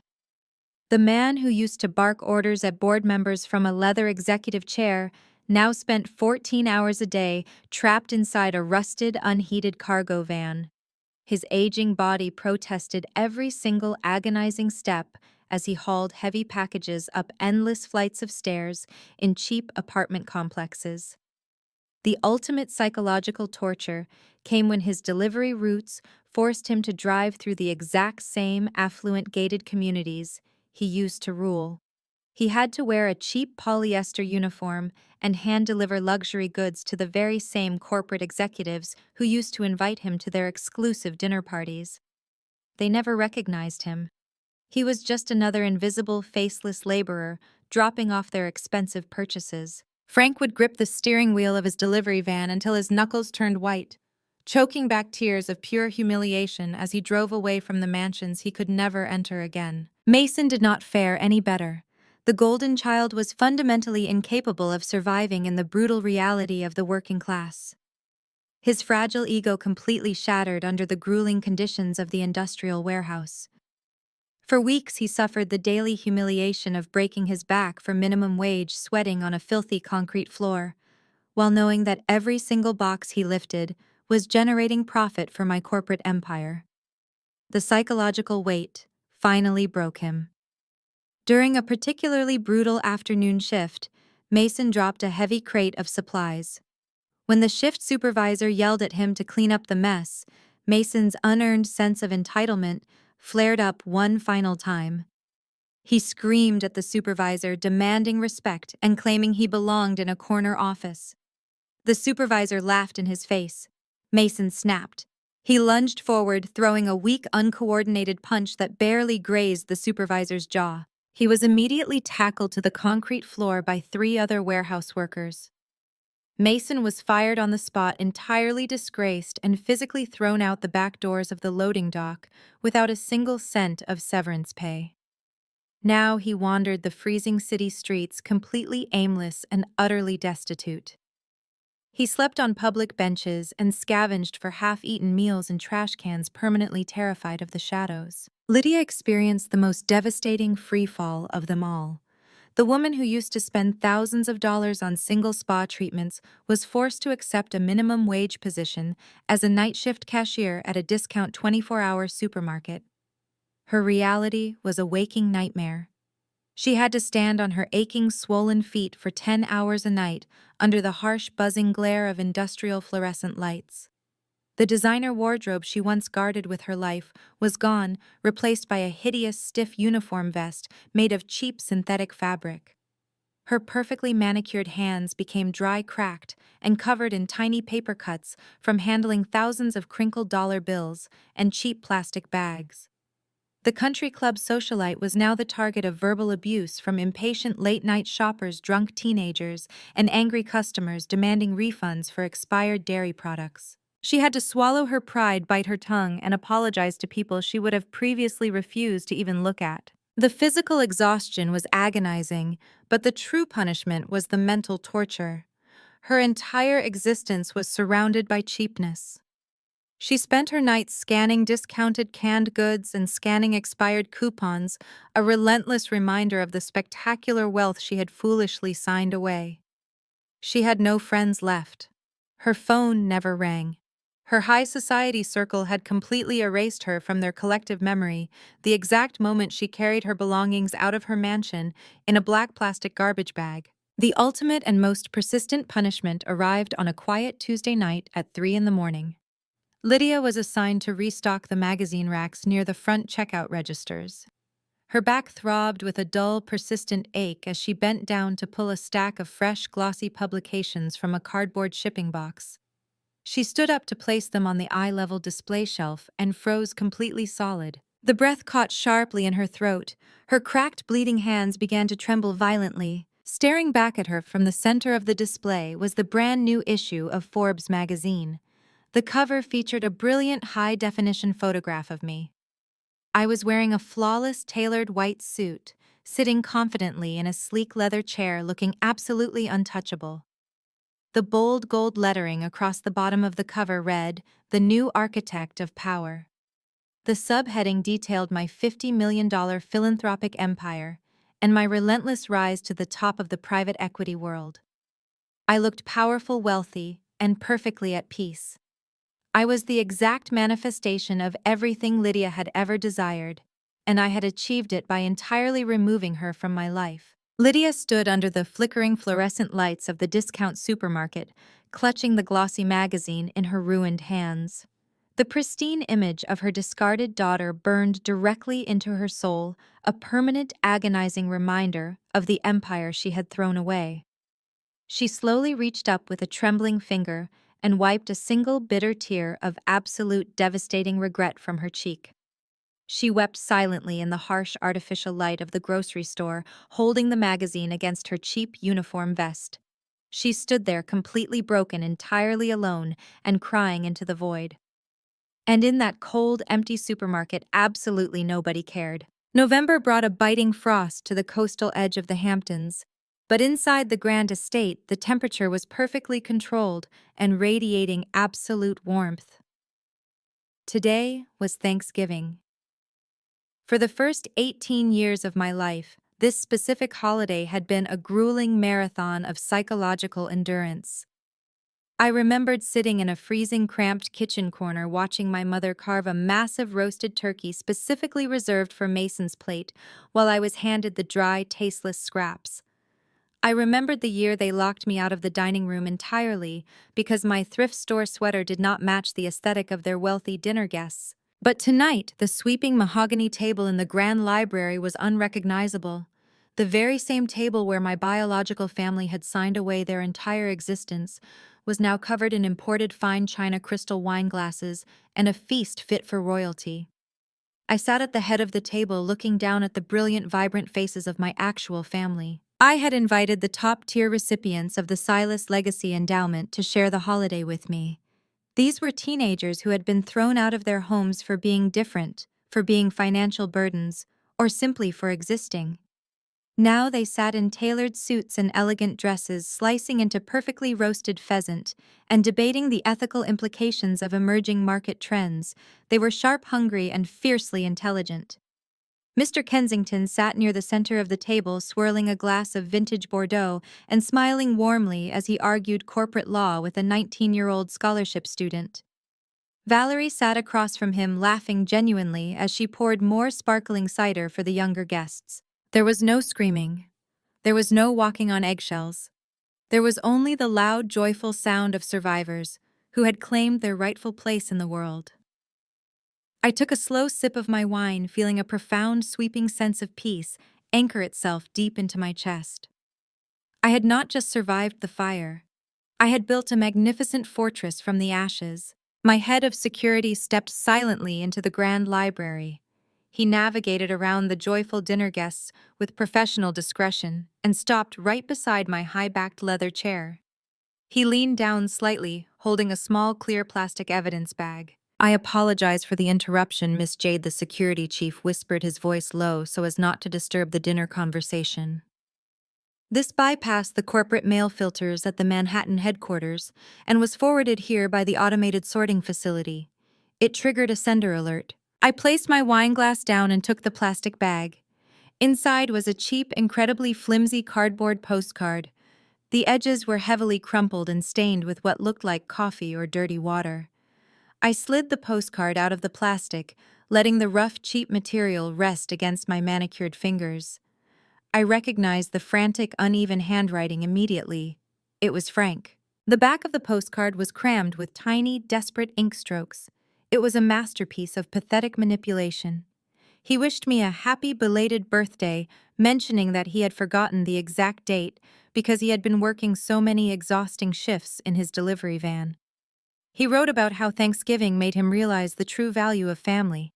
He claimed he was a changed man, that losing his corporate empire had humbled him, and that he lay awake at night crying over the mistakes he made when I was a child. He begged for just 5 minutes of my time. He pleaded for a single phone call just to hear his little girl's voice one last time before his health failed completely. It was the ultimate emotional trap designed specifically to exploit the inherent guilt of a discarded child. 10 years ago, reading those desperate words would have shattered my composure. I would have locked myself in a bathroom crying over the father I never had, desperately wanting to believe that his apology was genuine. Tonight I read his agonizing plea and felt absolutely 0 degrees of emotion. My heart rate did not elevate a single beat. My hands did not tremble. I did not feel a sudden rush of vindictive anger or a tragic wave of sorrow. I simply looked at the messy blue ink and felt the exact same clinical detachment I would feel while reading a junk mail flyer. The psychological programming they had installed in my brain all those years ago had been completely and totally eradicated. I was entirely immune to their poison. I stood up from my chair. The joyful conversation at the table continued unabated. My chosen family was too busy celebrating their bright futures to notice the ghost of my past trying to crawl into the room. I walked slowly across the imported Persian rug, approaching the massive stone fireplace that dominated the far wall of the library. Thick logs of cedar and pine burned aggressively in the hearth, casting a brilliant warm orange glow across the room. The fire crackled and hissed, radiating immense heat. I did not tear the postcard in half. Tearing it would imply that the words held power over me. Tearing it would mean I was angry, and anger is an emotion reserved for things that actually matter. I simply extended my hand over the roaring flames and opened my fingers. The crumpled piece of cardboard slipped from my hand and fell directly into the center of the blazing inferno. I stood perfectly still, watching the cheap paper instantly curl and turn black under the intense heat. The desperate, manipulative words of the man who had thrown me away were completely swallowed by the bright orange flames. In less than 3 seconds, the postcard was reduced to absolute nothingness, blending invisibly into the gray ash at the bottom of the hearth. I turned my back on the fire without a single ounce of regret. I walked back to my seat at the head of the great mahogany table where the laughter was loud, the food was abundant, and the future was entirely mine to control. The last remaining chain connecting me to the wreckage of my past had burned away completely. I was finally untouchable. The first light of dawn broke over the Atlantic Ocean, painting the freezing coastal waters in brilliant shades of crushed gold and deep violet. I stood on the expansive wraparound mahogany deck of the Hamptons estate, breathing in the sharp, stinging salt air. The world around me was entirely still. There were no ringing phones demanding my immediate attention. There were no panicked corporate executives begging for financial bailouts. There were no toxic relatives screaming for unearned handouts. There was only the rhythmic, deafening crash of the ocean waves against the private cliffs directly below my property. I wrapped my pristine white silk robe tighter around my shoulders. The fabric was impossibly smooth and heavy, gliding against my skin like liquid glass. It was a garment that spoke of effortless luxury and absolute comfort. I held a steaming porcelain mug of dark roasted black coffee, letting the intense, comforting heat seep into my bare palms. I took a slow, deliberate sip. The bitter, rich taste grounded me perfectly in the present moment. I was 34 years old. I was the sole proprietor of a billion-dollar private equity empire. I was the guardian of an elite philanthropic foundation that was actively reshaping the financial landscape of the country. And most importantly, I was entirely, absolutely alone in the best possible definition of the word. I looked down at the freezing, crashing waves and allowed my mind to travel back exactly 18 years for the very last time. I visualized the terrified, shivering 16-year-old girl standing on a cracked suburban sidewalk, clutching a thin plastic garbage bag filled with secondhand clothes. I remembered the exact sensation of the freezing snow soaking through my cheap canvas sneakers while the heavy deadbolt locked loudly behind me. The people inside that house had thrown me into the dark, expecting the winter to swallow me whole. They had banked on my destruction. They had bet their entire perfect suburban illusion on the assumption that a discarded dropout would simply vanish into the gutter and die quietly without causing them any further inconvenience. They were spectacularly incorrect. The freezing winter did not swallow me. It crystallized me. The bitter cold froze my tears into solid ice, and the devastating betrayal hardened my fragile spine into an unbreakable column of titanium. I did not die in the gutter. I crawled out of the snow. I found my footing, and I spent the next 2 decades meticulously, systematically buying the entire neighborhood. I looked at the massive stone architecture of the mansion behind me. Every single brick, every pane of glass, Every inch of this sprawling estate was a physical manifestation of my survival. Uncle Silas had not just left me his wealth, he had left me his razor-sharp mindset. He had handed me the exact tools required to dissect my own trauma and weaponize it. People often misunderstand the fundamental concept of revenge. Society conditions us to believe that vengeance requires dramatic screaming matches across a crowded courtroom, or physically tearing down the walls of your enemies' homes. Television and movies teach us that retaliation is a loud, ugly, messy affair filled with bitter tears and endless cycles of generational trauma.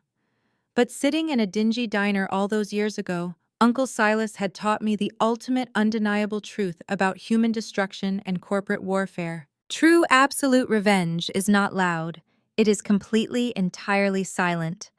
The most devastating retaliation you can ever inflict upon the people who tried to destroy you is not to destroy them in return.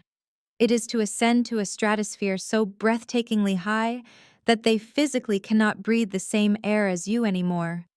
It is to build an empire so massive and brilliant that their pathetic, miserable lives simply cease to register on your radar. Frank, Lydia, and Mason were currently waking up in a decaying motel room or preparing for another grueling shift of minimum-wage manual labor. They were trapped in a hell of their own creation, suffocating under the weight of their stolen funds and their shattered egos. A year ago, I might have found a deep, vicious satisfaction in picturing their daily misery. I might have checked the corporate logs to see Mason's warehouse schedule, or tracked Frank's delivery routes just to gloat over their downfall. I might have taken pleasure in knowing that Lydia was spending her twilight years scrubbing floors and scanning expired coupons. But this morning, looking out over the endless expanse of the ocean, I realized the final piece of the architectural blueprint had securely locked into place. I did not care. I did not care if they were starving. I did not care if they were crying. I did not care if they spent the rest of their pathetic lives cursing my name to anyone who would listen. They were no longer enemies to be conquered or villains to be defeated. They were absolutely nothing. They were microscopic, insignificant dust motes floating in the rear-view mirror of a vehicle moving at light speed. They had completely ceased to exist in my reality. I had taken the massive, staggering weight of their abuse and transformed it into undeniable financial and social power. I had broken the toxic bloodline and replaced it with a chosen family of brilliant, hungry survivors who would carry the Silas legacy forward for generations to come. I was no longer defined by the trauma they inflicted upon me. I was defined by the empire I had built from the ashes of their burning house. I was the architect of my own destiny, and no one would ever hold the pen to my life story again. The sun fully crested the horizon, flooding the entire coastline with blinding white light. The shadows of the night were entirely eradicated, swept away by the brilliant dawn. The warmth of the morning hit my face, melting away the last lingering chill of the past 18 years. I took one final sip of my coffee, feeling the absolute flawless perfection of total freedom coursing through my veins. I was a survivor. I was a conqueror. I was a completely unbreakable woman. I turned my back to the endless ocean and walked calmly back into the massive grand estate where my future was waiting. The heavy glass doors slid shut behind me, blocking out the sound of the crashing waves, sealing me safely inside my impenetrable fortress. Fade to black. The most profound lesson we can extract from this journey is that the ultimate form of revenge is not destruction, but complete and absolute elevation. Society often conditions us to believe that when someone breaks us, we must dedicate our lives to breaking them back. We are taught that closure requires an apology, a dramatic confrontation, or watching our abusers suffer. But the reality of true healing is much colder and far more empowering. When you are betrayed by the people who were supposed to protect you, the anger can easily become a poison that eats you alive. The true victory lies in taking that burning rage and weaponizing it into undeniable fuel for your own success. You do not win by screaming at locked doors. You win by building a fortress so breathtakingly high that those who abandoned you cannot even breathe the same air as you anymore. Blood does not automatically make someone family. It is merely a biological coincidence. True family is forged through mutual respect, unwavering support, and the consistent choice to show up when it matters most. You are never obligated to keep toxic people in your life simply because you share a last name.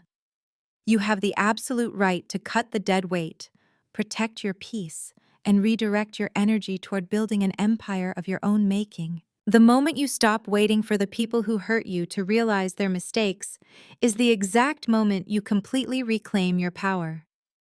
You become truly untouchable when your happiness, your financial security, and your emotional peace no longer depend on their validation or their downfall.